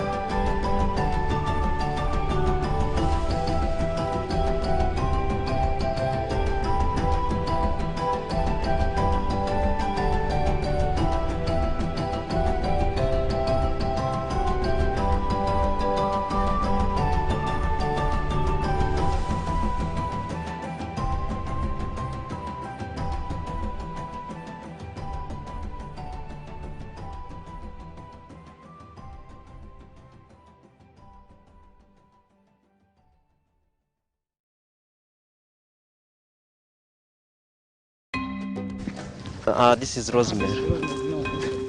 This one is also under rosemary. It's also under rosemary. Yeah, that is lavender. Yeah? Okay.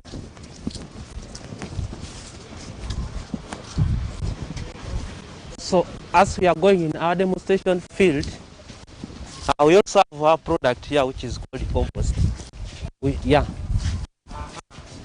This is our compost. Plant compost and biopesticides. So this is our compost. You may say, why are you covering again and it is the compost? Okay?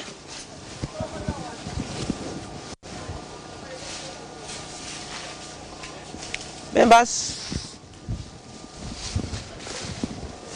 this is our compost pile. We call it a compost pile or heap. Compost pile or heap. In most cases, when they bring pineapples here, they remove the heads, but instead of dumping them somewhere, I make it to utilize it. I take into my fields, most especially to do what? To improve on the soil, on our soils. This is a compost heap or compost pile. A compost pile. So here in this compost pile, it contains dry grass, green leaves, or green any substance which is green, okay, so that it can decompose. And it also has some, the one which are browns, that is grass, and even wood dust. Yeah? It also helps us in compost soils. So we make a pile, a layer by layer, a layer by layer. Why do we make that? You may find the green one has its own components, even the other brown one has their own components. So when you make a layer of maybe green one first, then you put the what? The brown one. Maybe we put sawdust. Then after sawdust, you give water. Then you put another layer. You get? So when you are making your compost, you have to be watering. Keep watering it. Keep watering it, but you move in step by step. Yes.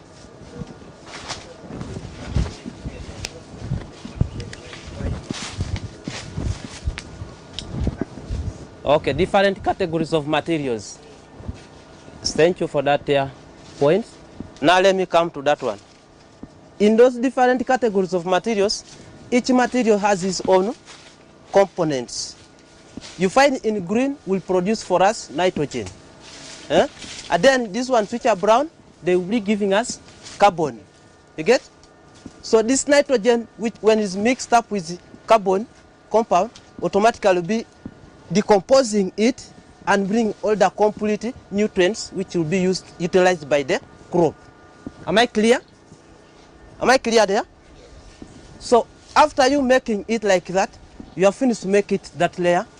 You now make layers. But put in back of your mind, if you have even animal deposit, don't leave it out. You get?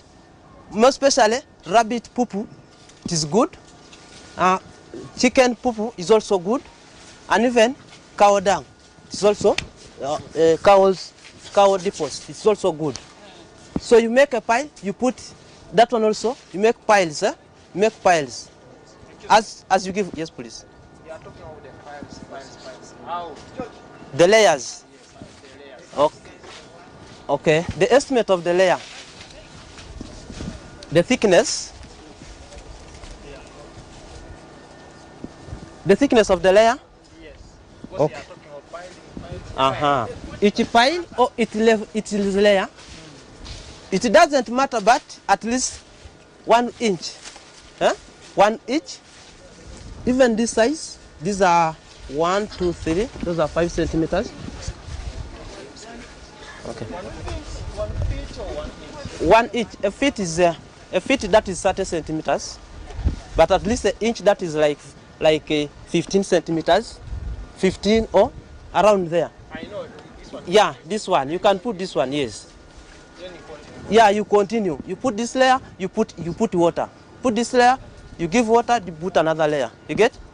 Then after some 15 days, you turn. You get? Yeah, you remove from this side, you take to the other side. So that you mix it thoroughly, it becomes what? A full composite. You get? Okay.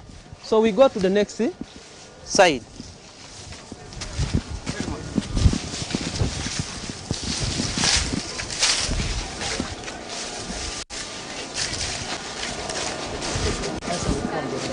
Okay.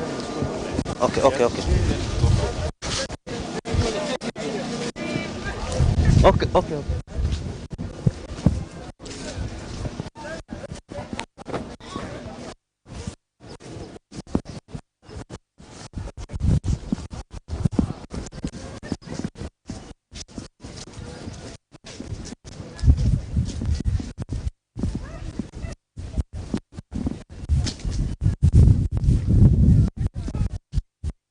You have to take us.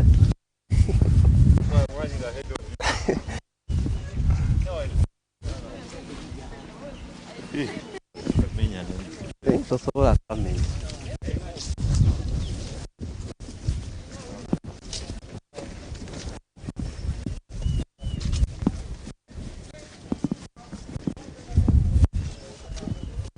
So yeah, since it is a demo, we try to demonstrate can maize also work better here. Yeah.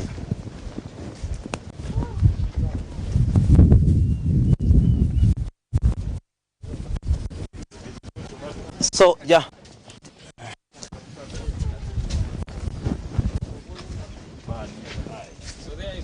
So in these greenhouses, as they are like, we are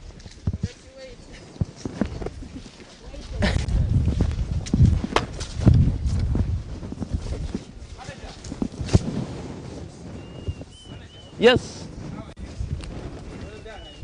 Thank you. Yeah, from the other side. Yes. It is hard for somebody just starting agriculture Mm. to understand. Yes. While watching a video. Okay. These are all farmers and they're trained. They Mm. can easily understand. Mm. So whenever you're explaining, Okay. explain the entire process. Okay. But faster, In faster. faster. You get? Okay. Like in there, Mm. you're supposed to even open, show us this is what is done. Okay. When you're making that thing, Mm. the downer layer, maybe put green grass. Okay. You get? Mm. Someone easily understands while watching the video. You Okay. get? It's okay. So we shall go back there, but for now, Mm. whatever you're explaining next, Okay. try to be detailed. Okay. Thank you.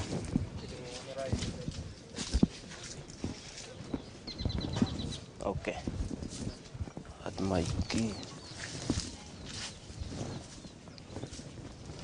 Okay. Are we all around? We are all around? I'm seeing some members are still the other side. I can start, eh? Okay. So here, since it is our demonstration field, so we have spinach, as you're seeing. We have our greenhouses, which are now not having any crop, but we are preparing those greenhouses to receive new plants or seedlings. So in our demonstration field, I cannot talk much about this because we are seeing our crops are already planted. But before you do that, you have to make your field well organized. The beds should be raised, okay? And when you raise, you prepare the soils, you get? So in that preparation of the soils, you do some biologicals so that you make the soils alive. Because you cannot test to say how many nutrients do I have in my soils. But you make it, you do what?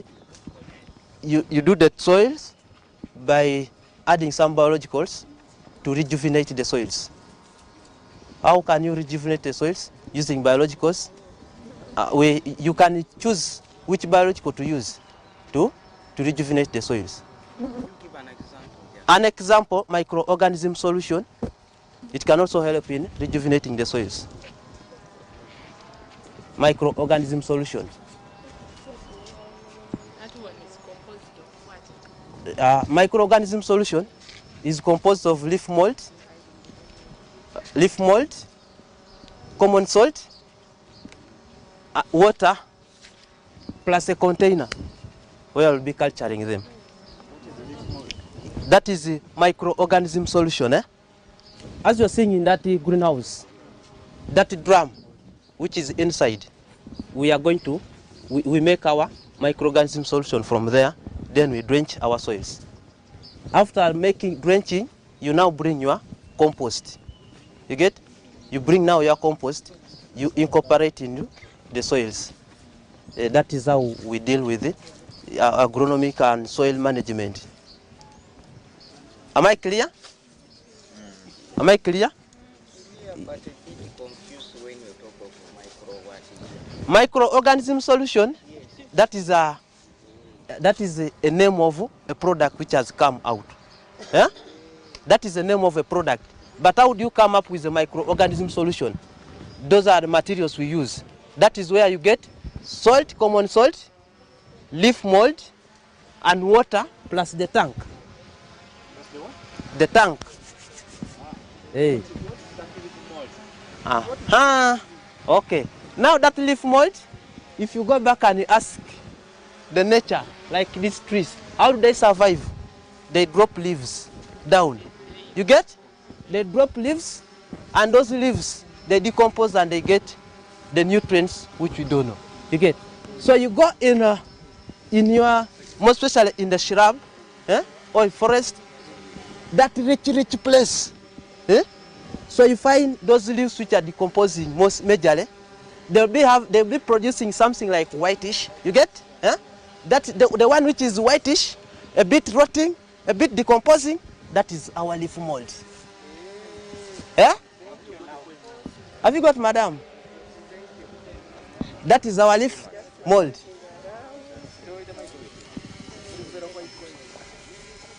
That is our leaf mold. We okay now there? Hey. Okay. Okay. How to make leaf mold? The amounts of those leaf molds, water, and what are you use? Okay, the ingredients, as I said, water, salt, and sweet potatoes. Water, you require 120 liters of water, which means you get that container which accommodates 125 liters of water. Potatoes, you use half kilogram of potato. Then you get salt, 1 sacket, that is 500 grams, 1 sacket. Are you talking of sweet potato? Sweet potato, even Irish is also good. Because it... In which form? When they are raw, when they are boiled? And I'm coming. Okay. I'm coming. Because I've not said it is concluded. So you get those ones, but potatoes you cook it, you boil it, so it becomes ready. You boil so that it can be dissolved into water. After you boiling it, you dissolve into water. Even the salt you dissolve into water. After dissolve into water, you bring your leaf mold. You get? You also you put your leaf mold in water. You get? But when you're putting in water, you get maybe a canet. Maybe this the ones they use in supermarkets, those ones which are softer. Those bags. You can put your leaf mold there, and you put some stone. Yeah? Yeah, to think. Then you drop into your your tank or drum in the mixture of water, salt, and potato, sweet potato or Irish potato. You mash it. You get? So after putting all those ones, you dip in your leaf mold. You cover it with the lid. Yeah, the tank. You cover it with the lid for a period of 24 hours to 72 hours, depending on the conditions of the climate. Yes? For 24 hours, it will be ready. Even 72 hours, depending on the conditions. You get? How much of the leaf mold do I put? Leaf mold, you can put a quarter. Is enough. A quarter. Or Yes, a quarter kilo or half a kilogram. To us the other drum, because most of us use those drums. Estimate to us what we can use in that drum. In that drum, Yes. you put water, you fill it, you get you have kilogram of potatoes, and then you get salt. That is majorly if you are using salt, you test equal. Don't fear. If you dissolve, you test. That is the life. But on You your test. own experience, how much salt have you ever used on that drum? And that's what I'm saying. I've used half kilogram. But in most cases, you also test. You see, not very bitter, not at least tasty. Tasty. Reasonable taste. A reasonable taste. Am I clear? A reasonable taste, you taste. And then you cover it, you come and be checking. How do you know that it is now ready or it has not matured? It will be giving you a bubble. It will be bubbling. It will be giving you bubbles. If you see it bubbling, which means it's already good for use, more especially in drenching the soils. So in dilution, so you want to make it to be effective, you can use 1 to 3. You get 1 liter, you put 3 liters of water. You get? You drench your soils.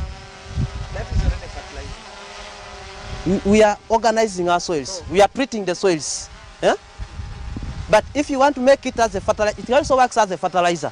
But before you take to the plant spraying, you first organize your soils to be, because you cannot feed the plant when I'm not all that I can't move.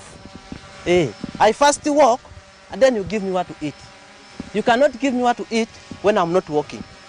You first support the feeds, then you feed. Supplement something. Yes. Now, this concept, sorry for talking is industry, but I know the concept. Yes. The concept of the microbes, these are enzymes that are going to help in the breakdown of the nutrients in the soil. Like if we are making silage, those microbes that we put in the silage, in the grass, to pre-digest the grass, such that when the animal eats, nothing will be wasted. Everything will be digested in the stomach. So this is what the microbes does. What he's talking about, you know, humus. You know, these microbes are in the air. These are living organisms. So when the leaves pick them up, they are the ones that cause that decomposition. Now we want to capitalize on the free microbes. We shall not go and manufacture them. Nature has them. They are the ones that cause these leaves to decompose. So that's why he's talking about this leaf mold. He's calling it the mold, but it is a decomposing bio leaf at that stage of becoming humus. That's when the microbes are very active. So the sweet potato, I understand. If in the other side, if we don't use molars, sweet potato is energizing the microbes to giving them energy to reproduce in the water. You know, so the salt also adds catalyzes.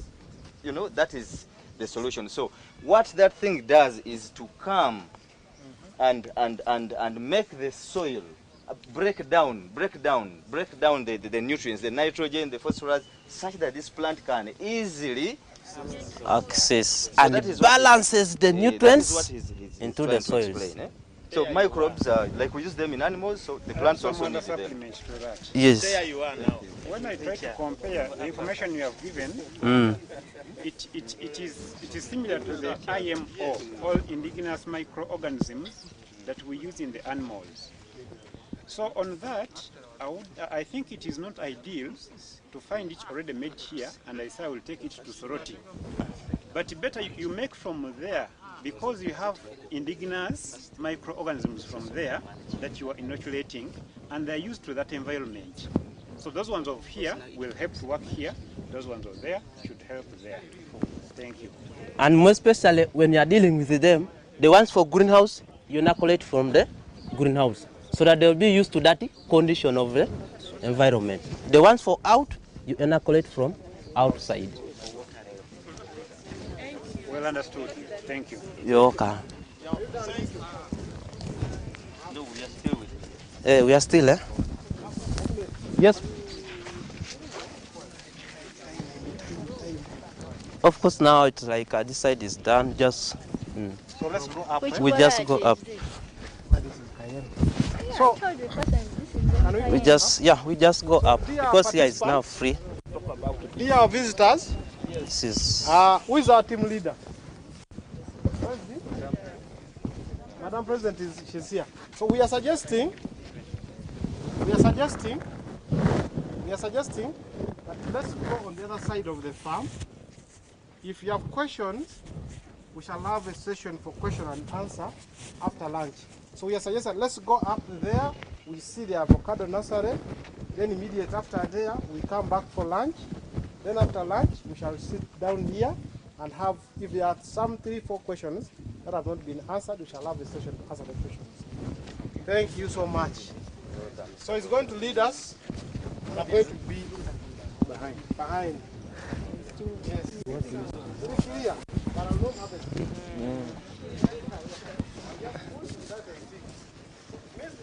we move, eh?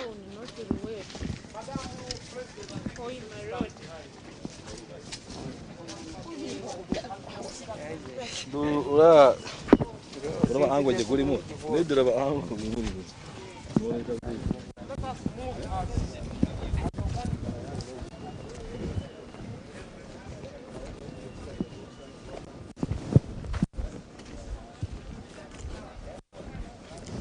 It's already made. The one I made here.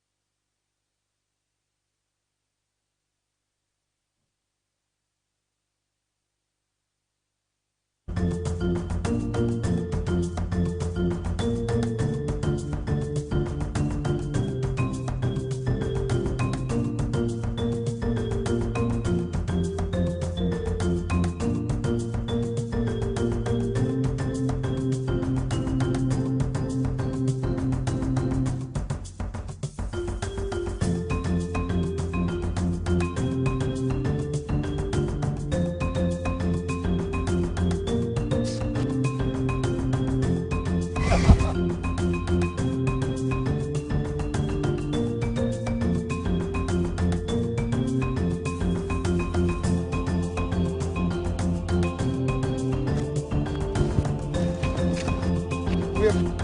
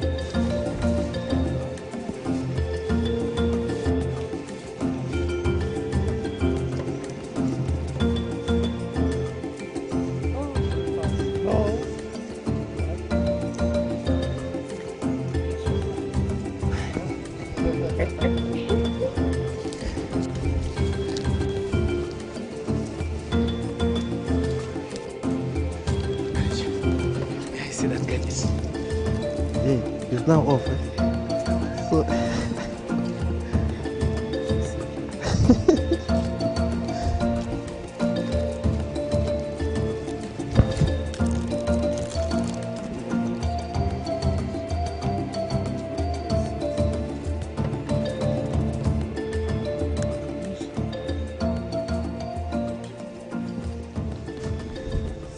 say something. hello. Hello. Are you getting me? Are you not getting me? Not yet, eh?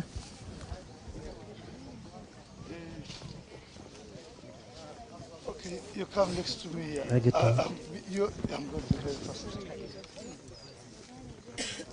Your jacket. Come here because. I'm coming. Yeah. It's now okay? I'm talking. Let's put the mic very on fast. him then. Huh? This is the mic. Yes. Take him out. Take him out. Wait.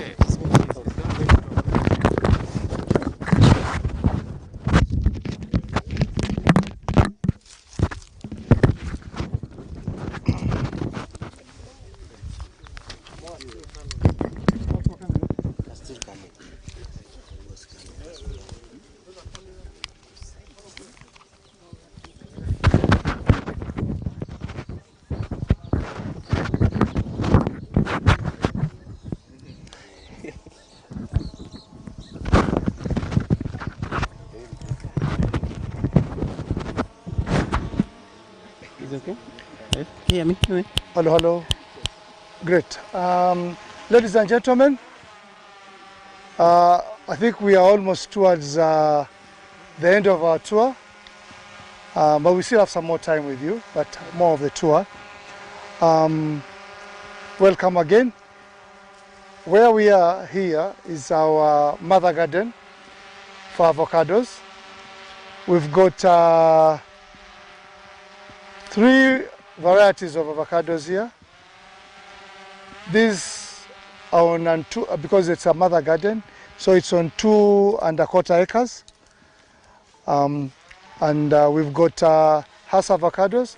I think almost 220, 230 is Hass avocado. We've got Faweti. Then we've got some local varieties. Why we planted some local varieties? Those are going to be our sources of rootstock. Yeah, we are driving towards having a nursery for avocados, but majoring in the variety called Hass. Because Hass today is on the market and so on and so forth.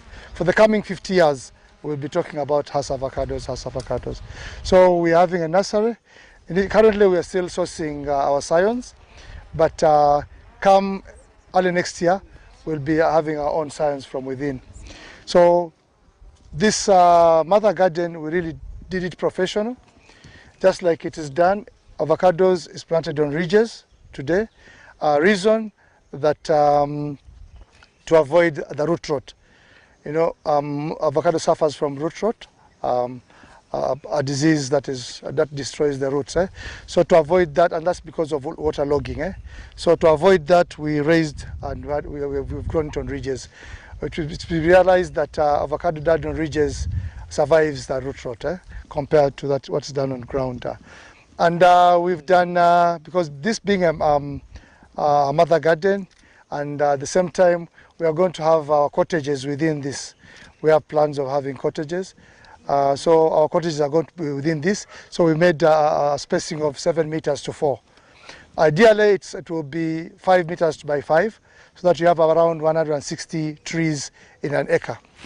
But we did this kind of spacing because in future, we will see cottages at the orchard. So that's what we are driving towards.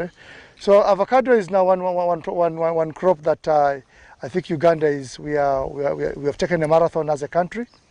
We had lagged behind for some time, but now we are at a very good pace. We have the avocado union, cooperative union. It's in the making. Now we are registering the cooperative societies at the district level, and we really want to do it the big way as a country. So the move for avocado is in high gear, and I think the cooperative is having up to around 300 members now, but more are coming on board. So the registration of societies is also ongoing. So yeah, that's that. So avocados, everyone is talking about avocados. If there are any questions, I think we'll go down. Or you want to, I can see someone with a burning question somewhere there. Someone was trying to do this. No. Maybe the source of the planted material. Okay, thank you. Hass avocados and Faweti, we got them from Kenya, from a company called Solar Plant.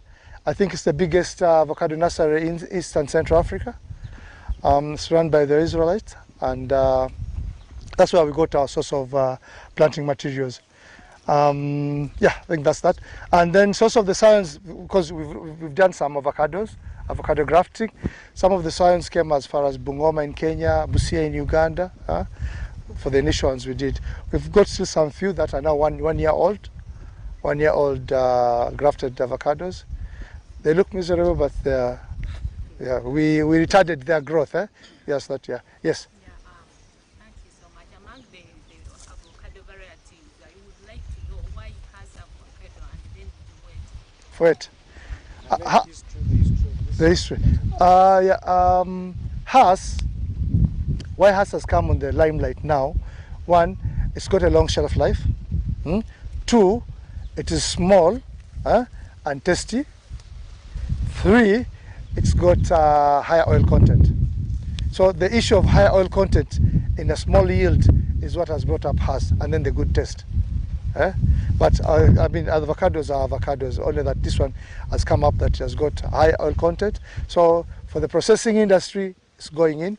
For the table industry, for our dining tables, it has also come in that it's something. Then Faweti, usually Faweti and Hass move hand in hand. Hass turns brown, Faweti will remain green. But for sustainability of a farm, it's advisable you have both cultivars, that when Hass is finishing, Faweti is coming on. When Faweti is you're doing away with it, Hass is coming on the other side. So that's why they move hand in hand, Hass and Faweti. Then Faweti has got a bigger market in the Middle East compared to Hass, because it remains green, and for a long time the Middle East has been looking at avocados that remain green. If avocados go there and they turn color, they say, wow, what's this? You see? Then Hass has really got a potential in Europe and the Americas and Britain and everywhere. Yeah. Remaining green at ripen. At ripen, yeah. Yes, madam. When I got you well, and we are learning. Yeah. So, like in your first explanation, you were saying you have a local variety and what? And improved it. We have got the two exportable ones and local variety. Yes. Now something just comes into my mind. Right. These ones, you are saying this too. Yeah. Are they also adaptive to this organic management? Oh yes. Yeah. Looking after avocados is just looking after different kids. I mean, human beings from different cultures and so on, because they're cultivars. So the way you manage Hass is the way you manage the local avocado.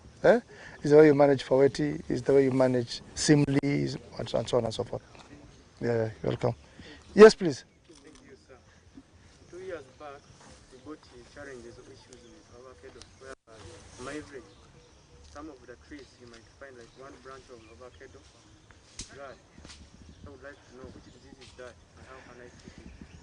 Okay, that disease is a dieback. Yeah, dieback. Or it might be a dieback or a stem borer. Borer. You first examine it very well, then you see. If it is a stem borer, then which means it has already entered in and eating the plant some. So if it is a dieback, it also is like a canker, canker which clears one side, which will be dying, then the other side will be fresh. So you cut off that? Yeah, you cut off that one. And then for the canker and the other and the stem borer, if in the other stages, if it's in the later stages, just have to cut away the whole tree. Yeah. So one thing is with organic. Organic is about preventive. You don't wait to cure a situation.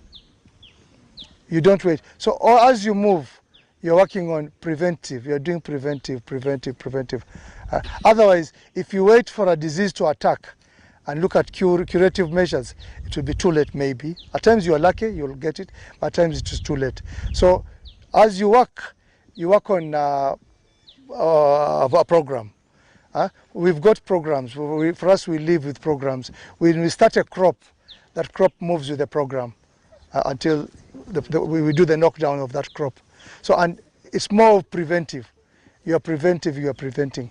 Otherwise, if you say, you know, okay, you wait until you see, oh, pests have come, there could be very tough pests that you won't manage.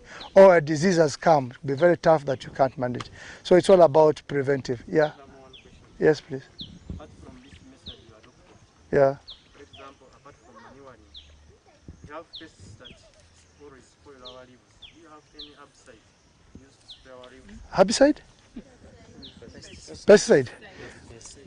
That is a wide topic. We are very good at developing botanicals. But I'll just give you one botanical that will help you. But it's a very, very dangerous botanical.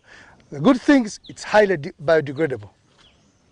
If you know of poker weed,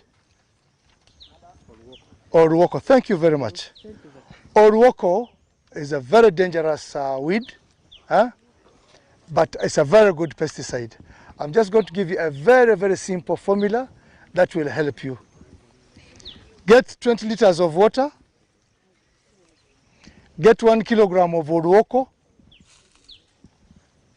boil that to may go up to 5 hours, and you remain with 1 liter of concentrate. Don't keep it in the open.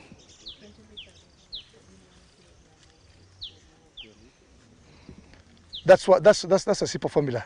You say you boil 20 liters. 20 liters, put the 1 kilogram and boil it for, it may take 5 hours or 6 hours at times, but you remain with 1 liter. And that's very, very dangerous. It can kill. But but what happens is the good thing is biodegradable. Within 24 hours, it won't be there anymore. But at that point there, it will have done you the cure. It's on spot, if there are pests. 50 mils in 20 liters. Yeah. 50 mils. 50. You can even, if it's intense, you can even go to 100 mils. In 20 liters, yeah. That's Roko. There are various. The more is about us sitting down and we talk more about it. And it's more of training.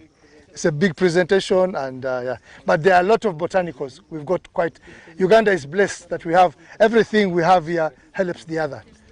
Excuse me. Yes, please. Then how long does this 1 liter of the concentrate takes like to stay?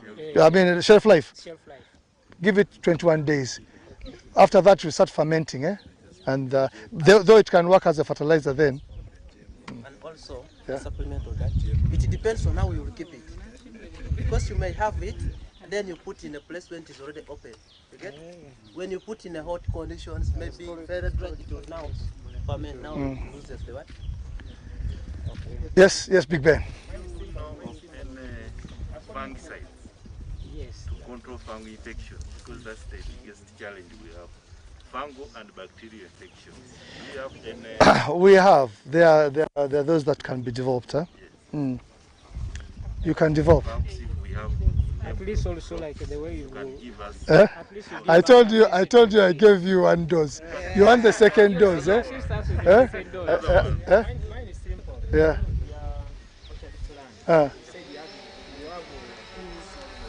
Three varieties. They are mixed. Yeah. No, because of different flowering times. Someone is asking about a fungicide. The easiest I will tell you that works as a fungicide is sodium bicarbonate. Those who eat bread, I don't know, mandazi, chindazi, that's part of it. That's the easiest I will give you. Sodium bicarbonate, soda ash. Not baking powder. Sodium bicarbonate is a fungicide. It's like some research are showing that that sodium bicarbonate, when like you consistently use it in your garden, you've already mentioned it. Leads to anything you use in excess, you have problems. Even food, even if it is water, You take to a lot of water, you won't move the next step.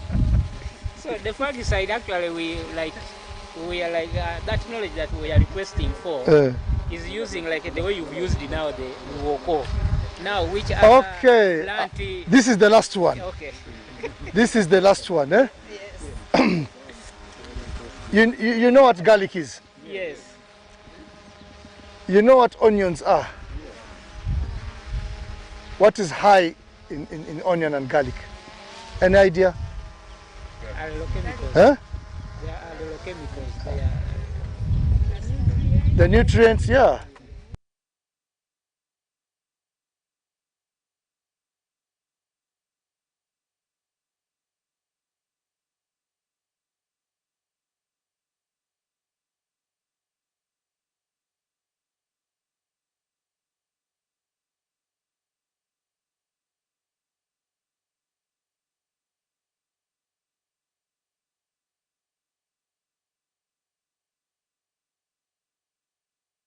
You get garlic, onion, are we together? Ginger, a ratio of 1 to 1 to 1, pound them, and boil them in 2 liters of water. You remain with 1 liter. That's a good fungicide to start with. At the same time as a pesticide. Thank you. At the same time as a pesticide. For, which one? It is just too. No. Not yes.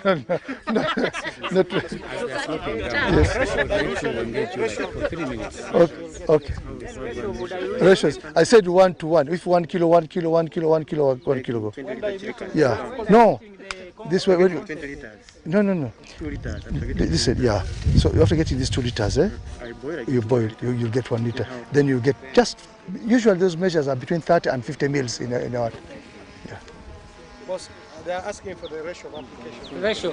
After 50. Remaining with you. 30 to 50 mil put on. Edmond. Where? 30 to 50. 30 to 50, depending on the intensity. 30 to 50 mils. in 20 liters. Mm. Depending on the level. So you just come. Mr. Bogere, we move. The people want to do some prayers. Someone was telling me, you move down, eh? Okay, but hey, we are moving to the nursery. But these guys have captured me here. But you go continue with them to the nursery. Maybe you'll need this. Hello, how are you, sir? Fine, and you, how are you? I'm George from Daily Monitor. Yes, George. Yes, I came a little bit late, but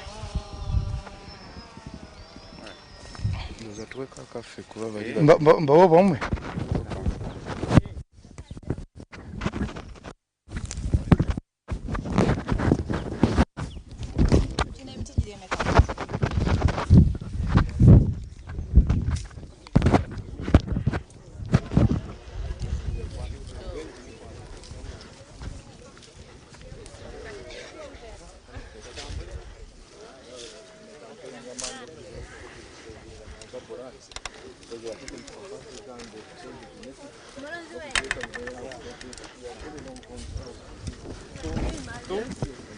Are they still calling it Ankole or They've South submitted it as South African now. They are good. They are still good.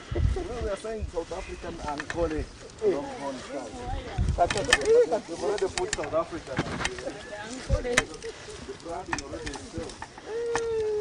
somehow confused. The Kenyans have taken it.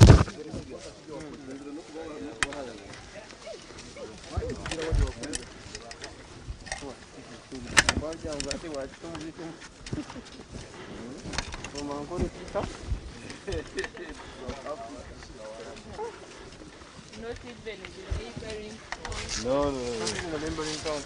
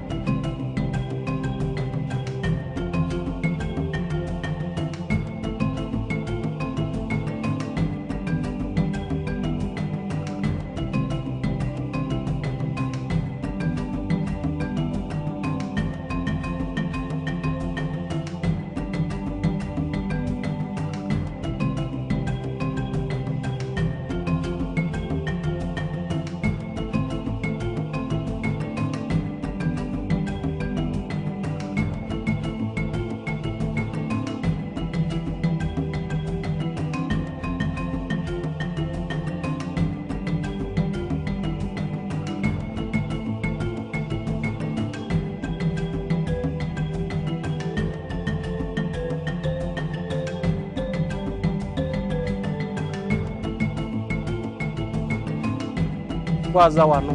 Those restrictions ng'ebyente bwe mbimanyi.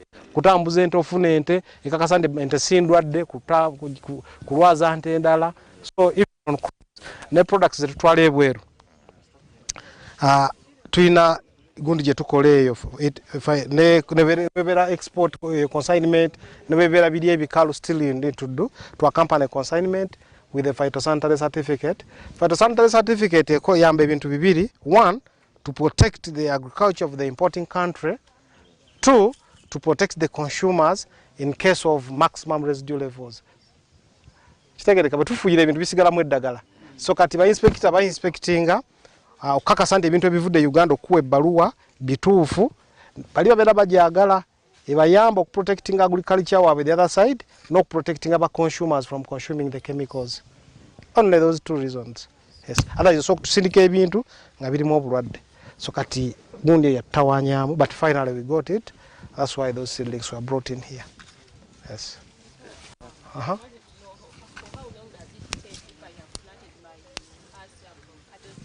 long does it take for me to start harvesting? To start harvesting, bwebanga eri grafted, ekintu kyonna ekiri grafted, ne mu nursery kimulisizaamu. Siba kiri? So if it is grafted, even in the nursery you can see flowers. But you keep on removing that flower, not until the branches are strong enough to hold the yields. Have I answered you? So if it's from the time it enters here, first of all, you need to look after the rootstock. The rootstock is the lower part of that seedling. Then when it is the right size, like pencil size, you do the grafting. Then after grafting, it's advisable you keep it for a year inside the nursery. Yes, all that process takes a year. So sometimes, actually, we didn't know that trick. We used to give out seedlings to the farmers, like after 3 months, like after 5 months, but they would die in the field there. So it's better you keep it in the nursery, and it's strong enough, it hardens, and then you send it to the farmers, and you sell it to whoever is interested. So when you take it there, still you can see flowers, but don't allow those flowers to bear fruit, because they are not strong enough to hold the yields. So as you're planting still, kakasa nti seedling eno part eriyo basalire bayungira teyingira mu ttaka kubanga that can be a source of infections.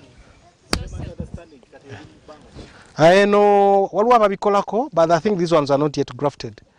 Zirimu eziri grafted ziri side eri nenda zibalira from reserve for hardening, but these ones are not grafted. Yes. No. There are two things.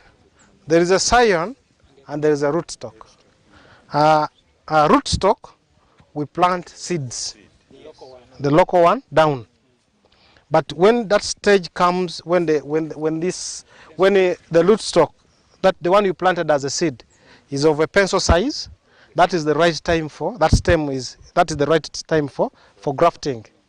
So after grafting, what you put on top is the scion. So the scion is the cultivar of your interest. So for this time we are interested in Hass. So which means the one on top must be which will be sourcing from. Have you already started sourcing from that mother garden? Mister, have you got some scions from there? Not yet. So when that mother garden is ready, that's where we will be getting the scions to put on top, because our interest is the Hass. So if I come to buy, how much does the seed? If you are a farmer, it won't go above 5,000. Yes. If you are a farmer from outside the project area, it won't go above 10. It will be around 7, 6 there. Good price. Yes. Inside, no. No. Unless we get the keys from down. Mister, can we get the keys from Roma to open here? Because I know these people need to take pictures. So you can move with him and get the keys and they open here. Not Oroma, I think Gundi, Sali. Either Sali or those people working here. So I think the rest we can move down. So we shall have a session actually immediately after lunch, a wrap-up session for questions and answers. So, kano. Kantu kano kaziu.